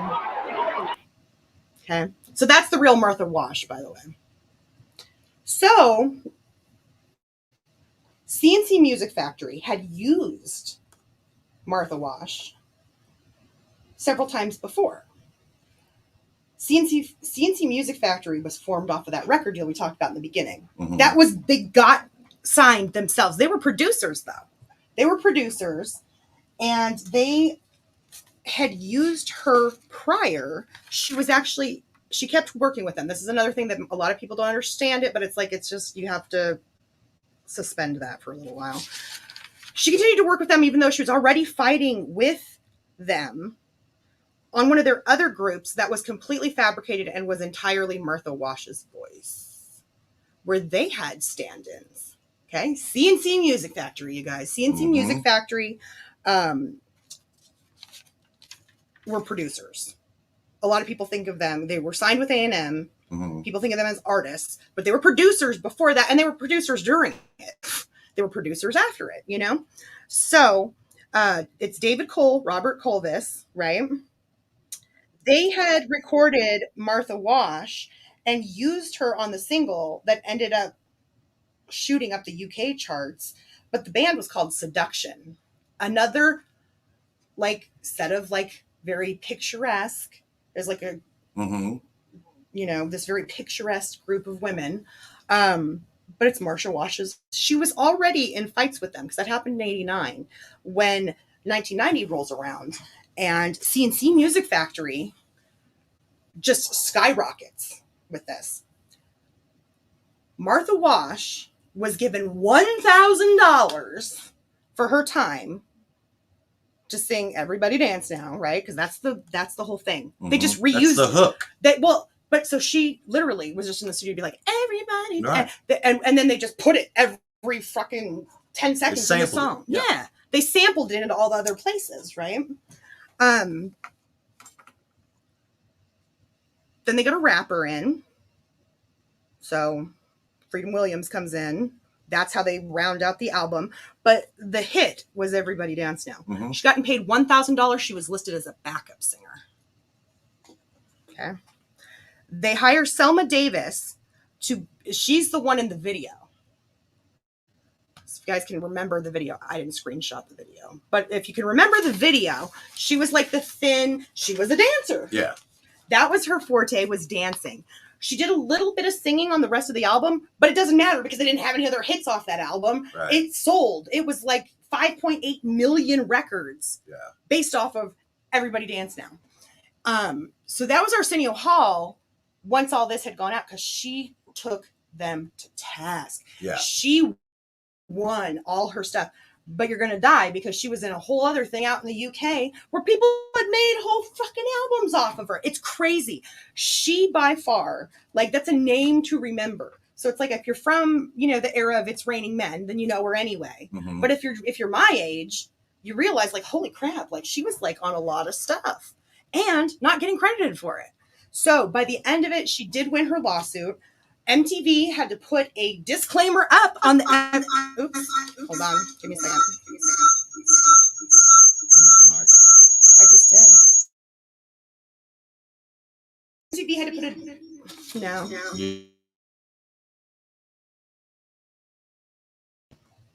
Okay. They had to put a disclaimer on the video because it was already big. She's touring around and stuff. She got full credit. Every thing had to be repackaged. And she got the laws changed in the United States. Suddenly, the United States looked an awful lot like some of their European counterparts had been for the previous 2 years, in that they had to accurately credit lead vocals. MilliVanilli would not have happened had it have occurred just a little later in the year. CNC Music Factory had to recall anything that had not already been sold. They didn't have to recall albums that were already sold. Anything that was in a store had to have a sticker that added Martha Wash's name on it. Yeah. Featuring Martha Wash. Right. The record label was quick to cave. They didn't want to lose her because she was big. She was like, I mean, she was being sampled, but sampling was new then, but it was still being done a lot. Mm-hmm. They wanted to keep her. So they paid for her tour and gave her an 8-album deal. Okay. Cole and Cavallis fought her for 3 years. And they lost huge. Okay. The CNC. CNC of the CNC Music Factory. Yeah. Well, the Music Factory part seemed to just be people they'd bring in. But at least Freedom Williams was fucking paid. He was a dick, by the way. I almost clipped him talking about how he'd much rather look at Selma. I mean, he was an asshole. He pretty much called her fat, is what he did. And it's like, fuck you. If you're not seeing Aretha Franklin, like, shut up. You know what I mean? The Queen of Soul, baby. But here we go. It's like, I hate to bring us all back to that time, but early 90s, MTV, pretty new. You know, it's like, looks is where it was. I mean, they were more concerned with the image. So what happened, though, while this is being fought, Martha Wash had also been on six different singles for a group called Black Box. 6 #1 singles. Let me get this uploaded. So for Black Box. Did you want to play the one? Yes, but let me. CNC. Which one? Yeah, go ahead and play that. That's a news. All a news clip, and you can show that one. And I'm going to pull the Black Box because this is interesting. Martha Wash is suing Clavillis, Cole, and CBS Sony Music for $500,000. Even if you got a performer's permission to put one person's voice in another person's body, you do not have the permission of the American public to not be lied to. It's a hurtful thing. And it's something that I'm dealing with now. Martha Wash is suing Clavillis, Cole, and CBS. Yeah. So Martha Wash was also amid litigation. And then you want the Black Box one, right? Hold on. With a group called Black Box. One. Don't play it. No. Don't play again. With a group called Black Box. Okay. So the lady that you see depicted on the album covers here, right? These are the single covers back when we used to have to buy individual singles if we didn't want to buy the whole album. It was Martha Wash's voice, but these were all #1 singles in the UK. All of them in the same year, in 1990, same year. Okay. I think one of them was 1989. But we're talking about that same period that Rob and Fab were making it. You know what I mean? Keeping in mind that the first year they were signed in 88, but they were going to do press and things like that because it hit #1 in Germany. It was really huge. And then it blew up with Girl, You Know It's True. But by the time they're doing the album and all that, it was definitely 89 and 90. Okay. So Katrine, Karash. Yes. So she is the front person of Black Box, but she was a model dancer. I mean, you can't get past this. Okay, this was just common practice. Same time frame. Okay, also in 1990. I want you to hear it. So you guys already know what Martha Wash sounds like, right? Okay. When this blew up, they really were married to this because this was a huge group in the UK. Okay, huge group. And in Europe in general, right? And some of these we've heard everybody. We've heard that song. Everybody. You know, we know that song. So they had crossover. So they decided they were going to try to have her sing over Martha's backtracking. Mm-hmm. Keeping in mind, we just listened to Rob and Fab. Let's hear the talent level of vocalist that were similarly situated to Rob and Fab at the time. Okay, right. Mm-hmm.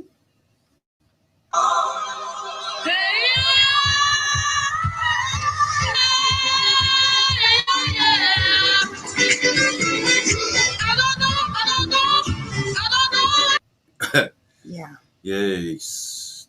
Yeah. So we're like, yeah, just go ahead and do it. Yeah, that's fine. Yeah.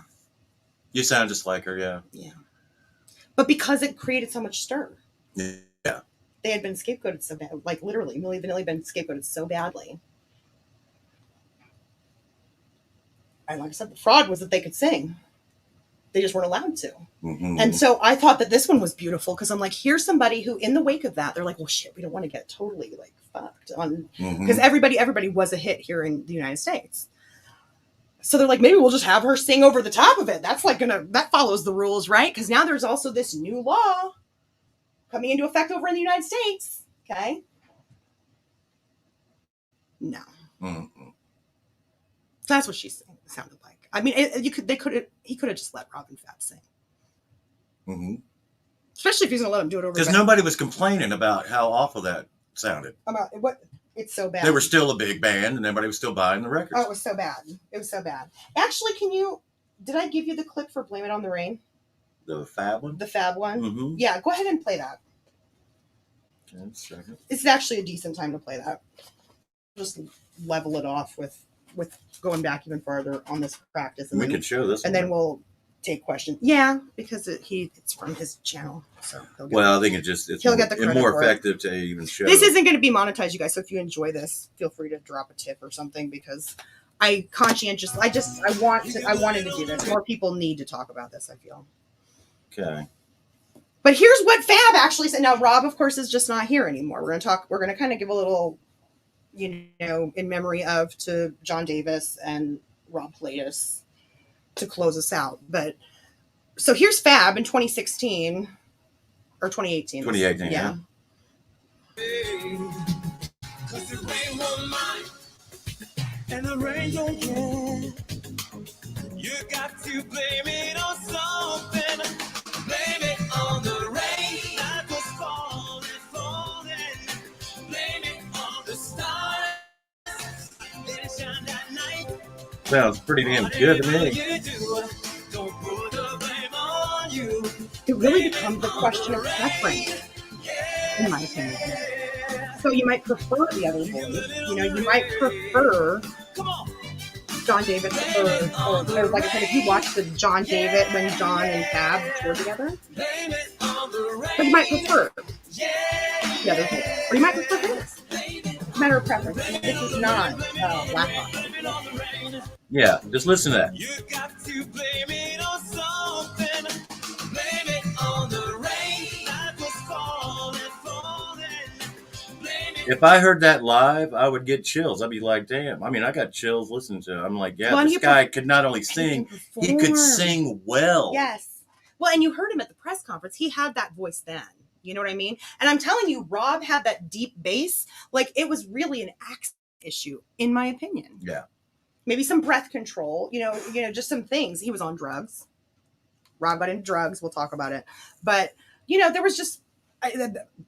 Sorry, when I heard the Black Box chick actually sing, and I'm like, you're getting to go around pretending you're Martha Wash. Right. Who is like, dang, girl, you know what I mean? Like, so I'm going to throw this up real quick, you guys. So let's just talk about what we just talked about, because I'm going to talk about how this wasn't even new. So March of 98, Milli Vanilli release Girl You Know It's True. Okay. Before that, is that before that? No, March. And then in April, Baby Don't Forget My Number. So that was their second. I don't know why I always think Blame It on the Rain. Well, at the same time, here we go. Black Box's Right on Time, which is Martha Wash, with the voice you just heard as the stand-in. Singing over it. Not yet. Not until she had to, right? Oh, yeah. But they're like, well, we can salvage this. We really want to keep her, because by then she's fucking major. She's famous. They want to keep her. But I'm like, ooh. Okay. July of 98. So this is CNC, this is their seduction group. Again, taking from Martha Wash, only they had a whole different front group doing it. So July 89. So it's like, here's all this with Milli Vanilli. So there's Blame It on the Rain. In August, Girl, I'm Gonna Miss You. So that was their 4 pretty big hits. All or Nothing was the name of the second album. And if you ever find it on eBay, by the way, with Rob and Fab on the cover, that's a collector's, that's like rare, grab it, because obviously shit fell apart before it ever got to really be released. we're going to talk about Technotronic. I'm going to show you how Technotronic worked out. It's fast, but I got the visuals for it, so I want to do that. But so August of 98, there comes Pump Up the Jam. Now that's Felly on the cover. Okay. When they went, so again, remember Arsenio doesn't let anybody lip sync. So because of all this shit with MilliVanilli and stuff, by the time they're launching Pump Up the Jam over here in the United States, they scrambled to get Yakin K on the front of that album cover. She was who performed in Arsenio. Mm-hmm. But yet he's holding up the album and it still has Felly on it. Mm-hmm. That's how last minute that shit was. Okay. So this is still Black Box, by the way. They did. So the Lolita Holloway, it's actually a sad story. Lolita Holloway did eventually get a settlement, but she had been in fights because before all these hits of Black Boxes for 1989, their prior album had stolen from Lolita Holloway. Yeah. Only they sampled an actual hit of Lolita Holloway's from back in the day. Yeah. And didn't credit her. Okay. So then let me switch you to the next one.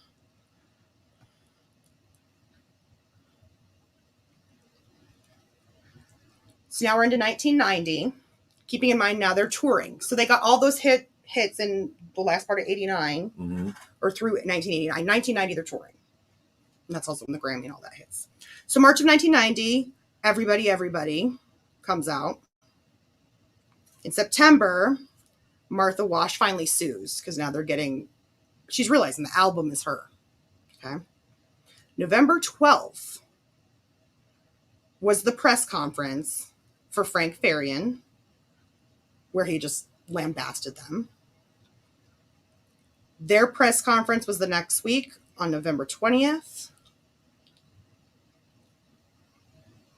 Okay. Mm-hmm.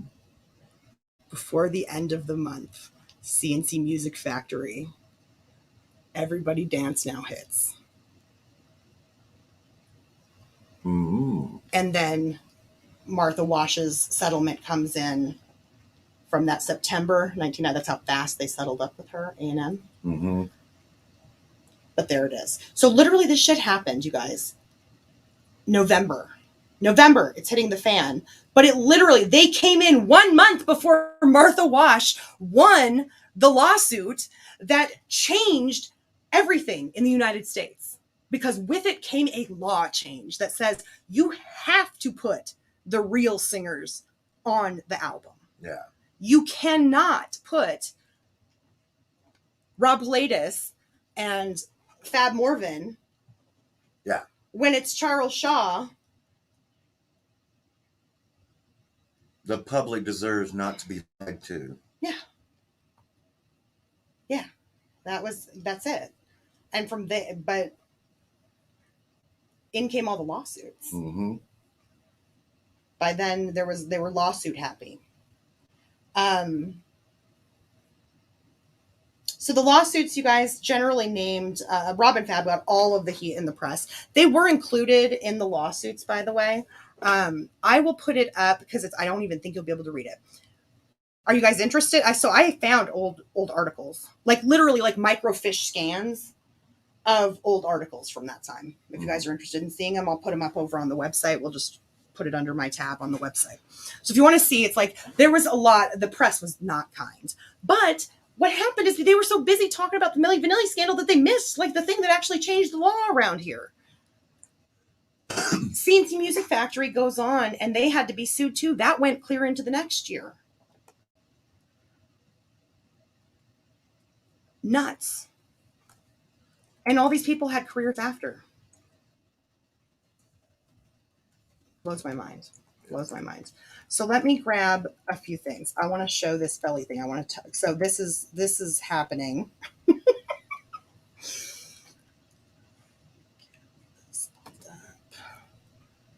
Anything you want to say, honey, while I wait for these pictures to open? No, you're doing a great job. You've covered. Oh, it just blows my mind. Impeccable. It makes me so angry. Well, here's the thing, you guys. Kenny agrees. This is a cautionary tale. Yeah. So I mean, literally, you realize now. I got really pissed off because while I'm researching this, I was thinking, I was actually thinking, I'm like, there has to be some sort of MilliVanilli like dance challenge, or something over on TikTok, and I'm looking to see if there's anything like that. Instead, I got a bunch of like shorts about like a MilliVanilli, like they've turned it into a verb. You're pulling a MilliVanilli. Yeah. That is so fucking unfair.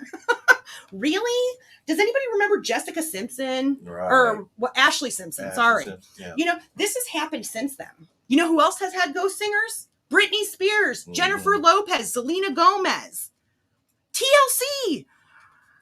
This is still done today. It doesn't mean that that's the whole album. I mean, it might be a lesser version because the laws changed. But it doesn't change that if you read the fine print of your CDs back when, nowadays, what does it even mean? Does anybody really click into that extra tab on Apple to read through the credits? Some of us do. Yeah, but you're a music nerd. But I'm saying at least back in the day, too, we got a CD where it's like, maybe I think a lot of us would flip through the CD pamphlet, right? But it's like, even those law changes should maybe be looked at again because people continue to do this. Never mind the people that get caught lip syncing in their concerts and all that, right? Mm-hmm. All right, hold on here. See, it doesn't want to let me share my screen.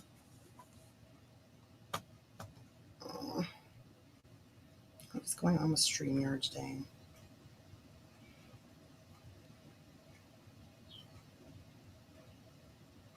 Yeah, I mean, like, if you haven't had a chance, by the way, if you could hit the thumbs up, that'd be amazing. I had a chance to work one of the football stadium concerts for Three Dog Night, and the entire halftime show of Three Dog Night at the 50-yard line at the Ole Miss football stadium. They were lip singing the entire 20-minute bit. Yeah. So, as I mentioned too, CNC Music Factory, so the record label settled right away. But see, CNC Music Factory had already done this to her once. She'd already won one lawsuit against them when they went ahead with Everybody Dance Now and did what they did. They were really assholes. So they actually kept theirs going. We were concentrating on finishing the album, and we weren't even thinking about You're My One and Only, which was that seduction one, right? Martha's vocals are incredible. To say at least Mr. Cole, no relation. But it's not like she's the only singer in the world. Anybody with a strong, powerful voice could have done it. Would it have been a hit record without Martha? Most definitely. When everybody thinks of CNC Music Factory, they literally think of the Martha Washington Everybody Dance Now lyric. Literally. Or maybe Freedom Williams raps. And this person is so self-unaware that they're not even realizing that. So if we would have gotten it with somebody else and screwed them over, we still would have had a hit. That's really how that comes off. I need to go look back before I crop this out at what paper this was. Because this was when they were asked, like, hey, you just lost, because they're fucking riding high on Everybody Dance Now. They got asked about the outcome of her December lawsuit. That's what this was a response to. We weren't even that wasn't even on our radar. We've been way too busy finishing our album that we got signed to by using her vocals without her knowing, after we only paid her $1,000 and gave her background vocal credit. Assholes. So here, this is because Pump Up the Jam. Everybody knows that song. I love that song. So I was surprised when I saw Technotronic. I'm like, I know who Technotronic is. And I know who YK is, right? Never heard of this Felly person. But that's because MilliVanilli happened. And literally, they had already had this video out. That is Felly. So she's up there, Pump up the jam, pump it up. Right? So there's that. So then they rush. The album is already out. The album is already charting in Europe. Okay, there's Felly. Pump up the jam. Pump up the jam. Wow, the streets are pumping. Yeah, here comes MilliVanilli. Right? Oh shit, we better hurry up and change that. Okay, here's the new album cover. Yeah, there's Yak and Ko. Thanks to Martha Washington.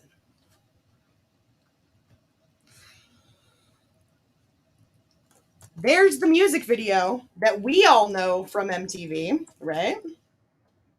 And thank God, by the way, because I love that song still.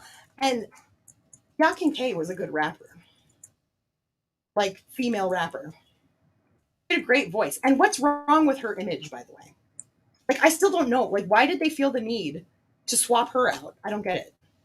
That's what I'm saying. That's how common it was. It's like, oh, well, we don't think that you're the absolute stand. If this had kept going, if this hadn't changed, who knows how many people this would have happened to? Because Yakin K was this like petite, just and literally looked like she's like out of the Bronx. I mean, she's like a little Jennifer Lopez, a little Rosie Perez, who have gone on to their own like standards of beauty and that had their posters on the wall and stuff. What the hell was wrong with her that they needed to swap her out for Felly? I don't get it. I don't get it. So that's what we saw. We never knew about this nonsense. Okay. So by the time, so then they put her immediately into, let me see, where is my, oh shoot. I have a picture of her with Arsenio Hall, holding up the record. No, I'm not seeing it though. All right. Well, let's talk about, I'm just going to run through the list. Wasn't new. So the Monkees. Apparently people of your age, Crafton, knew about the Monkees. Is that right? Did you know that they weren't even playing, like they all did play instruments, just not the ones that they were assigned on the show? Or that they mimed during concerts? Did you know that? Mm-hmm. Well, I do now. I didn't know that until all this research. So that's the Monkees. We've all heard of the Monkees, right? The Crystals. You heard of them? Phil Spector, the Crystals. That was actually Darlene Love. And then a whole other album was actually his other group, the Ronettes, that for whatever reason, they got their pay for it and everything. But then he had the Crystals miming to it. Very bizarre. Now I'm really going to blow some minds. The Grammy. So The King and I, let's go to Hollywood, shall we? We're going to go way back to 1948, okay? The movie Joan of Arc. Ingrid Bergman was not the one singing. It's a woman by the name of Marnie Nixon, who was never credited for any of her Hollywood work. In fact, most of the time it was built into the studio. She went on to sing for every studio. You're going to die at some of these things she sang, okay? Including 1953, Marilyn Monroe, Diamonds Are a Girl's Best Friend. I Hate to Break Hearts. It wasn't MM, it was MN. Okay. King and I, Deborah Carr. Nope. Only Deborah Carr went on to get Best Actress, which, so should we strip her? She wasn't singing, it was a musical. The movie got Best Sound. The sound was coming out of her, not the people they were putting out there. So I don't know. That was 1956, by the way. Number one album, as like Roger and Hammerstein's King and I. The small print under there lists Deborah Carr as the singer. She wasn't the singer, okay? Is Marnie Nixon. Marnie Nixon also. That's sort of like saying Mickey Mouse is the I feel singer like on a Disney record. I'm breaking hearts with this. The Marilyn Monroe one really kind of got me, okay? Thanks for being here, Outlander. She was Audrey Hepburn's voice in My Fair Lady. Okay, see Audrey Hepburn's name there. And finally, she was Natalie Wood's voice in West Side Story. Any musical parts, that is. But there's Natalie Wood. In fact, she's the biggest name on This Is the Record.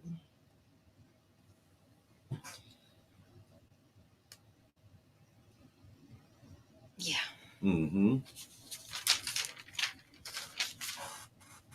So, quite the journey when I really dug into it.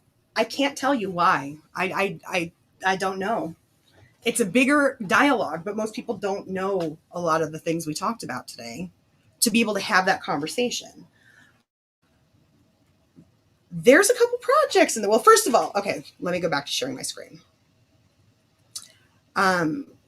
So Rob Pilatus, both of them admitted that they they kind of went into the sex, drugs, and rock and roll lifestyle. Okay. As you can imagine, people were all too eager to be lining up outside their door, everywhere they went. When everything happened, they got signed right away with a small independent label that unfortunately was they went out of business before they ever got to promote or do anything like that. So they're Rob and Fab. You can still find it on Apple, by the way. The album only sold 2,000 copies. 2,000. Yeah. That's hard. Okay. Rob got clean, went to treatment. They both went to treatment, actually, but Fab stayed clean. Rob didn't. Rob made attempts on his own life and couldn't get off drugs, and sadly passed away in April of 1998. Is a combination of pills and alcohol. It's listed as accidental. There's, his sister's done interviews. They're not, and then he's adopted, so it's his adopted sister, but she knew him well. She loved him. She's one of the few besides Fab, because Fab, you can tell they were very close, just in how he talks about him.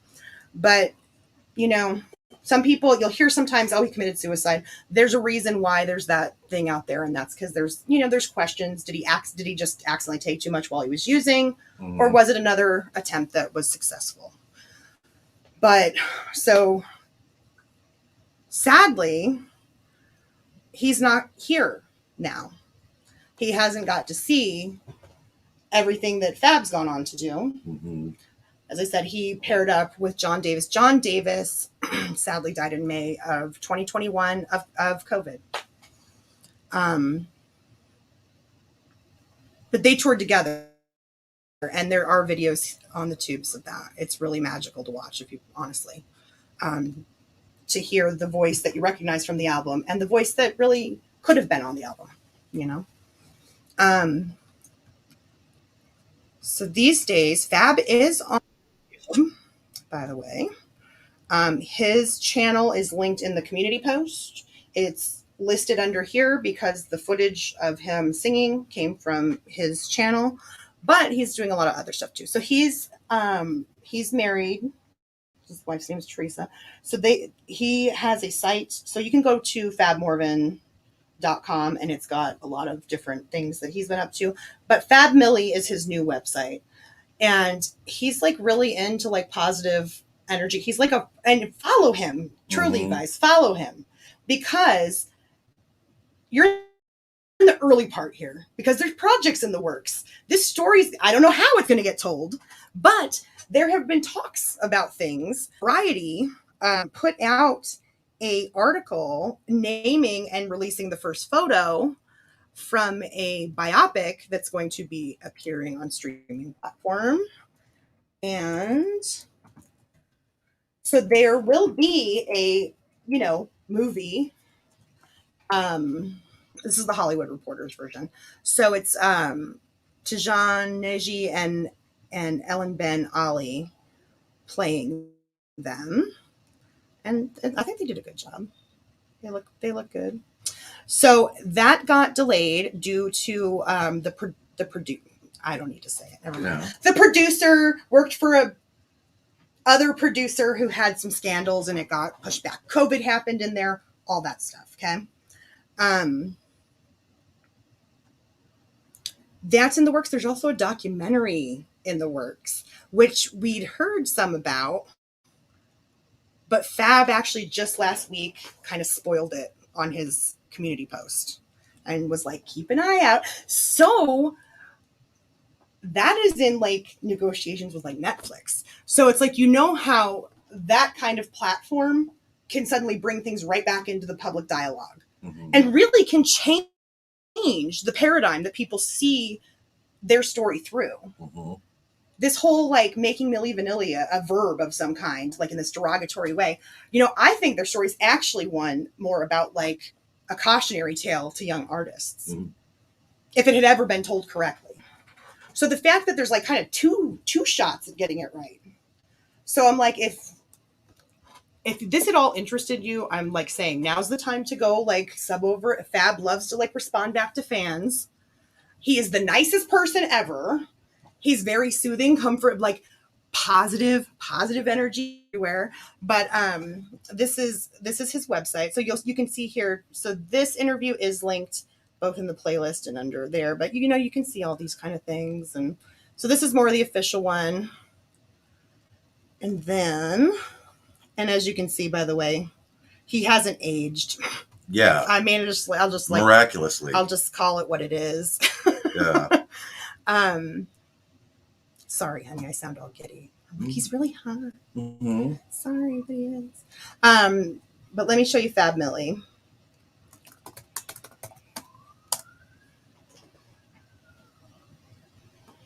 This is his newest project, and he's been releasing music. And it's good. It's good. You can find it on Apple, but he's done collabs with rappers and stuff. I mean, because he's good. He's good at rapping. That's the whole thing too. Like because of the MilliVanilli thing and learning to sing those songs, yeah, he can do the rapping. He can go through the rapping, and he has an excellent singing voice. So it's just really, it's cool. And I'm just hoping that this is like the year that it kind of, he gets seen in the light that he deserves to be, and Rob's memories restored. You know. Yeah, it's almost like this is the year to start justice for MilliVanilli hashtag. Yeah, because it's still just, and it's like gone to a whole nother generation now where it's like, I'm sorry, but when there's TikTok videos trying to teach the new generation what a MilliVanilli means, I don't like that. I don't think that's right because they don't have the facts right. Milli, there we go. This is I won't play the video, but so it talks about, it's called Fab's number 14 philosophy. And that's kind of what it's about. It's really like a change your energy sort of movement. Mm-hmm. And it just, you'll have to have a look around. He does have products and stuff, but if you read through his website, so it says fabmilli.com is a place where you can discover the tools that I've used to survive while traveling through time. I call my system Unlock 14, and I have designed 14 icons for each personal life lesson that I've learned along the way. And it gets pretty deep. You know what I mean? He is incredibly positive given what he's gone through. And the fact that, you know, maybe not blood, but his brother, you know, didn't ever make it out of that dark space. And he openly talks about the dark spaces and stuff. And that's what I really do. If this at all appealed to you, it's only 4 videos that I have over there, and I'll add the press conference, so there'll be 5. There's only 5 over there, and one of them is just a 4-minute performance of his, you know. But if you listen to it, even in the background, I think there's so few places that you can go out there to hear their story, that it's just worth hearing. And just the stuff that he's had to overcome in life, and the fact that he's so stinking positive. Like even when people, you know, because there'll be fans that apologize, like they'll have an opinion much like mine, and they'll say something like, you know, I'm sorry to dig up old wounds or whatever. And he'll say, I mean, he literally said something to someone the other day where it's like, you know, yeah, there's a lot of things that could have gone differently, but then I wouldn't be who I am today. Mm-hmm. So he's very self-aware. And I think maybe that's kind of what draws me.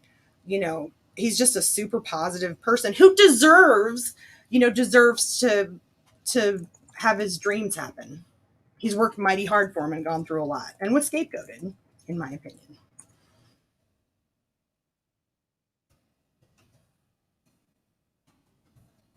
Let me go over to chat real quick. How did I end up off the screen?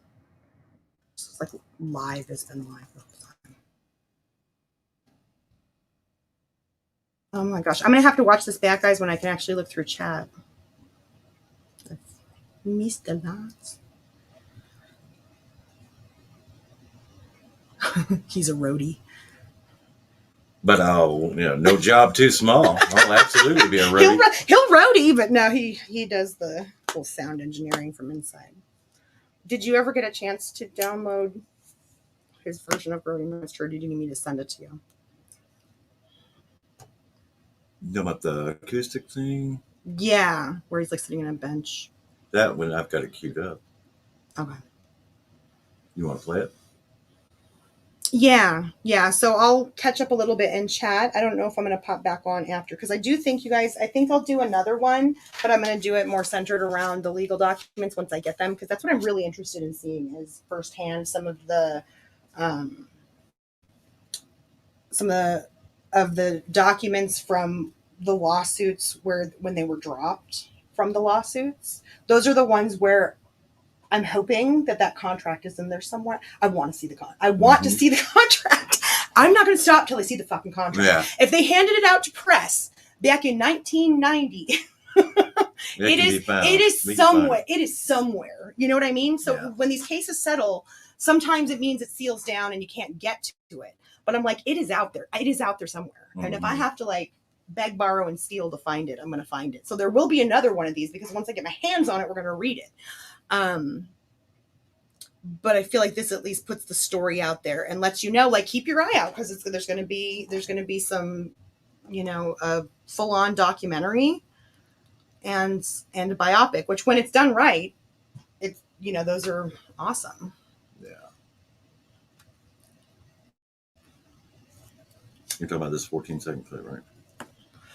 Oh, is it just 14 seconds? I was going to say if we can get the whole song, we can just close out on it. But you can't play the video and play the song, otherwise. Right. We'll just do the video gets shut down. If you do the song, I can put an overlay on it. If you do the song, then it goes to whoever credit in terms of the monetization, because there'll be a bunch of people splitting monetization on this one. You want to do it? Yep. Here, I'll put up a shot of Fab performing in 2018. Go ahead. Right. So we'll close out on, this is Fab, by the way, singing Girl, You Know It's True. So we opened with the studio version, closing with the last remaining, It's too bad that Rob wasn't here. I know that Rob is, it's too bad he couldn't see things, but I have a feeling that his memory is also going to change in this. And sadly, it's still a sad ending. But I think Fab's doing him proud. Here we go. Okay.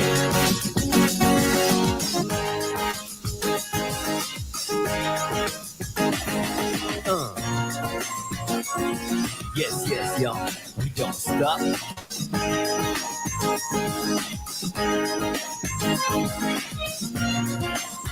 Yeah.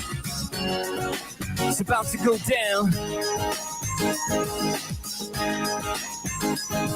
I'm in love with you, girl, cause you're on my mind. You're the one I think about most every time. When you crack your smile and everything you do. Don't you understand, girl, this love is true. You're so sick in hand, all sweet and thin. That's kinda like a passion upon your skin. And like it's at my day, and that's also true. Together we're one, separated we're two. To make oh my is my desire. Cause if it's ten quality, God I admire. To put it plain and simple, you rule my world, so try to understand. I'm in love, girl. I'm so in love, girl. I'm just in love, girl. And this is true. Girl, you know it's true.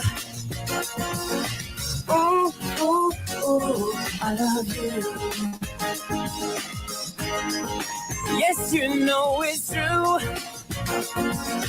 Ooh, ooh, ooh, I love you. Girl, you know it's true.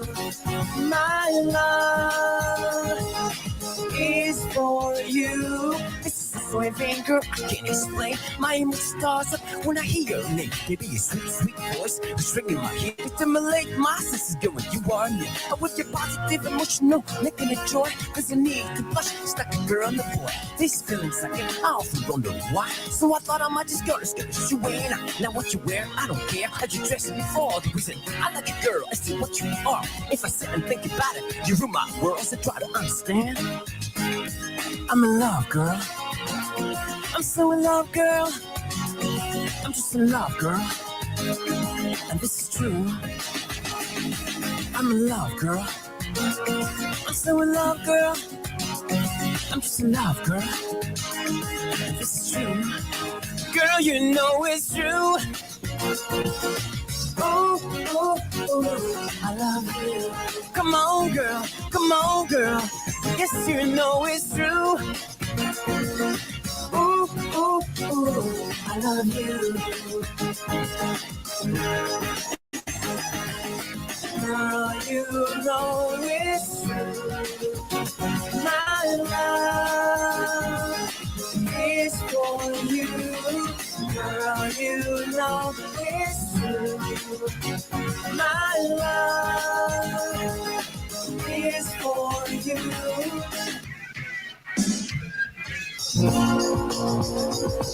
I'm in love with you. I'm in love with you, girl. Girl, you know it's true. My love is for. Girl, you know it's true. My love is for. Yes, you know it's true. Yeah. Oh yeah. NPR.